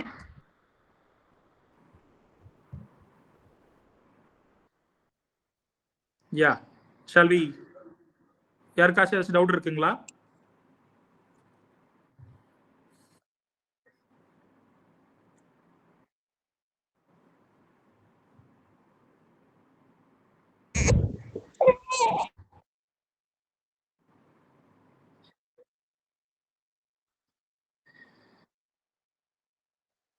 Thank you so much for having me, and I had a great time. I had a blessed time ministering unto you people. எனக்கு ரொம்ப சந்தோஷமா இருந்துச்சு இன்னைக்கு உங்களோட நான் கிளாஸ் ஷேர் பண்ணிக்கிட்டதுல. தொடர்ந்து நம்ம சந்திப்போம், தொடர்ந்து நம்ம மீட் பண்ணுவோம். Thank you so much, Pastor Sam, for giving me this opportunity. Thank you so much, the church, for giving me this wonderful opportunity to share with you all the word of God and the synoptics. And may God bless each and every one of you. Meet you next time. Thank you. Thank you, Pastor.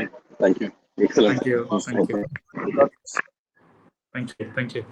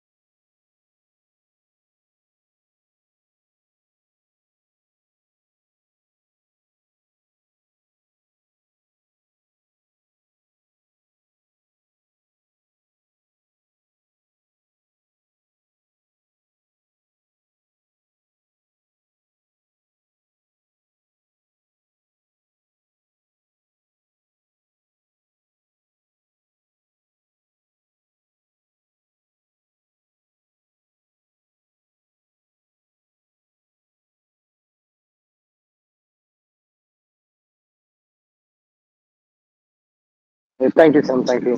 Bye. Thank you, sir. Thank you, sir.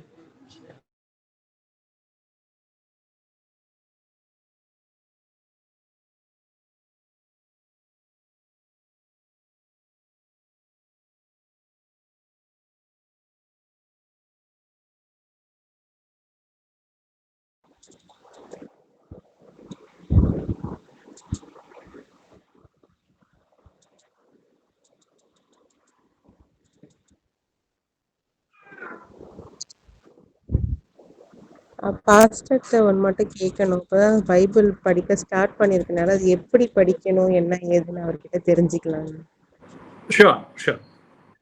So sister, நான் உங்களுக்கு என்ன சொல்லுவேன் அப்படின்னா, நீங்க இப்பதான் Bible படிக்க start பண்ணிருக்கீங்களா? ஆமாங்க. நீங்க வந்து யோவான் எழுதின சுவிசேஷத்துல இருந்து ஆரம்பிங்க. யோவான் வந்து ரொம்ப ஒரு அழகான ஒரு புஸ்தகம். ஐ மீன் ஒரு அழகான ஒரு விஷயம். நீங்க யோவான்ல இருந்து ஆரம்பிங்க. ஸோ அதே மாதிரி நான் ஒரு விஷயம் என்னன்னு சொல்லுவேன்னா, யோவான் முடிச்சதுக்கு அப்புறம் நீங்க சுவிசேஷங்கள்ல இருந்து ஆரம்பிங்க. மத்தேயு படிங்க, அப்புறம் மார்க் படிங்க, அப்புறம் லூக்கா படிங்க. இப்போ நீங்க என்ன பண்ணுவீங்கன்னா 4 சுவிசேஷங்களையும் படிச்சு முடிச்சிருவீங்க. அதுக்கப்புறமா நீங்க வந்து அப்போஸ்தலர் படிங்க. அப்போஸ்தலர் படிச்சு முடிச்சதுக்கு அப்புறமா நீங்க வந்து கொஞ்சம் கொஞ்சமா நீங்க வந்து இத ஆரம்பிக்கலாம். நீங்க வந்து பவுல் எழுதின நிருபங்கள் இருக்கு பாத்தீங்களா? கொரிந்தியர், 1 கொரிந்தியர், 2 கொரிந்தியர், தெசலோனிக்கர், அதுக்கப்புறம் நீங்க திமோத்தி, 1 திமோத்தி, எபேசியர், கலாத்தியர், இதெல்லாம் நீங்க படிங்க. அதுக்கப்புறமா நீங்க வந்து யோவான் எழுதின 1 யோவான், 2 யோவான், 3 யோவான், 1 பேதுரு, 2 பேதுரு, அதுக்கப்புறம் இதெல்லாம் நீங்க படிங்க. அதுக்கப்புறமா நீங்க வந்து எபிரேயர் படிங்க. இந்த எபிரேயர் படிக்கும் போது அதுக்கப்புறம், ஏன்னா எபிரேயர்லாம் வந்து நீங்க எடுத்தோடனே படிச்சீங்கன்னா உங்களுக்கு டஃபா இருக்கும். இப்போ நம்ம ஸ்கூல் படிக்கும் போது என்ன பண்ணுவோம்? ஃபர்ஸ்ட் அடிஷன், சப்ட்ராக்ஷன், அதுக்கப்புறம் வந்து மல்டிப்ளிகேஷன், டிவிஷன், அதுக்கப்புறம் நம்ம வந்து எல்சிஎம், ஜிசிஎம், அப்படின்னு ஸ்டெப் பை ஸ்டெப்பா நம்ம போவோம்ல சிஸ்டர். அதே போல நீங்க என்ன பண்ணுங்கன்னா, பேசிக்ஸ் வந்து நீங்க யோவான்ல ஆரம்பிங்க. அதுக்கப்புறம் நீங்க சுவிசேஷங்கள், ஐ மீன் மத்த சுவிசேஷங்கள் படிங்க. அதுக்கப்புறம் அப்போஸ்தலர் படிங்க. அதுக்கப்புறம் நீங்க வந்து நிருபங்கள் படிங்க. அதுக்கப்புறமா நீங்க என்ன பண்ணுங்கன்னா புதிய பாட்டை முடிச்சிருவீங்க. எபிரேயர் படிங்க. அதுக்கப்புறம் நீங்க வெளிப்படுத்தல் படிங்க. அதுக்கப்புறமா நீங்க என்ன பண்ணுங்க, பழைய பாட்டு படிங்க. ஃபர்ஸ்ட் புதிய பாட்டை முடிச்சுட்டு அதுக்கப்புறமா நீங்க பழைய பாட்டு படிச்சீங்கன்னா இன்னும் உங்களுக்கு ஈஸியா இருக்கும். சரிங்க சார். இப்போ நம்ம ஒவ்வொரு இதும் எடுத்து படிக்கும்போது அது எப்படி படிக்கணும்? எடுத்தோன்னே ஜஸ்ட் அப்படியே ஓபன் பண்ணி படிக்கிறது, இல்லை நம்ம ப்ரேயர் பண்ணிட்டு அந்த மாதிரி? கண்டிப்பா பிரேயர் பண்ணாம நம்ம படிக்கிறோம் போது நமக்கு பாதி விஷயம் புரியாது. ஏன்னா நம்ம பிரேயர் பண்ணும்போது பரிசுத்த ஆவியானவர் நம்மளோட சேர்ந்து என்ன பண்ணுவாரு, அவர் நமக்கு எக்ஸ்பிளைன் பண்றதுக்கு ஹெல்ப் பண்ணுவாரு. சோ ஃபர்ஸ்ட் டைம் நான் பைபிள் படிக்கும் போது எனக்கும் அப்படிதான் இருந்துச்சு. ஏன்னா அது பைபிள் வந்து ஒண்ணுமே புரியலையே அப்படின்னு. ஓகே. சோ நீங்க என்ன பண்ணுங்க, ஃபர்ஸ்ட் ஒரு பிரேயர் பண்ணுங்க சிஸ்டர்.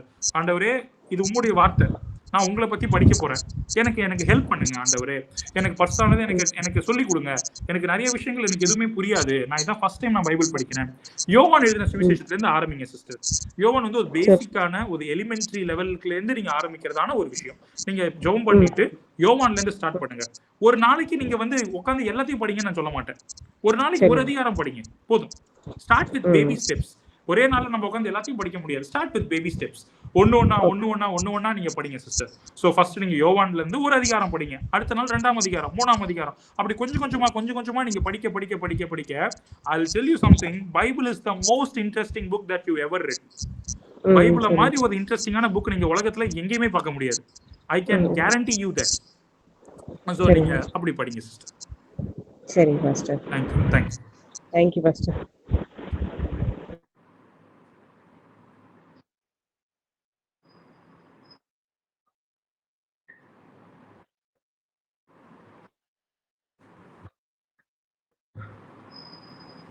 இல்ல சார், டவுட் ஒன்றும் இல்லை. அதை அவங்க என்ன கேட்குறாங்கன்னு யோசிச்சு பார்த்துட்டு இருந்தேன். மற்றபடி எல்லாமே நல்லா கிளியரா இருந்துச்சு.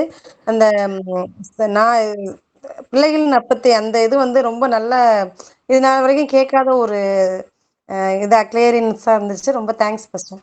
Thank you sister. தேங்க்யூ.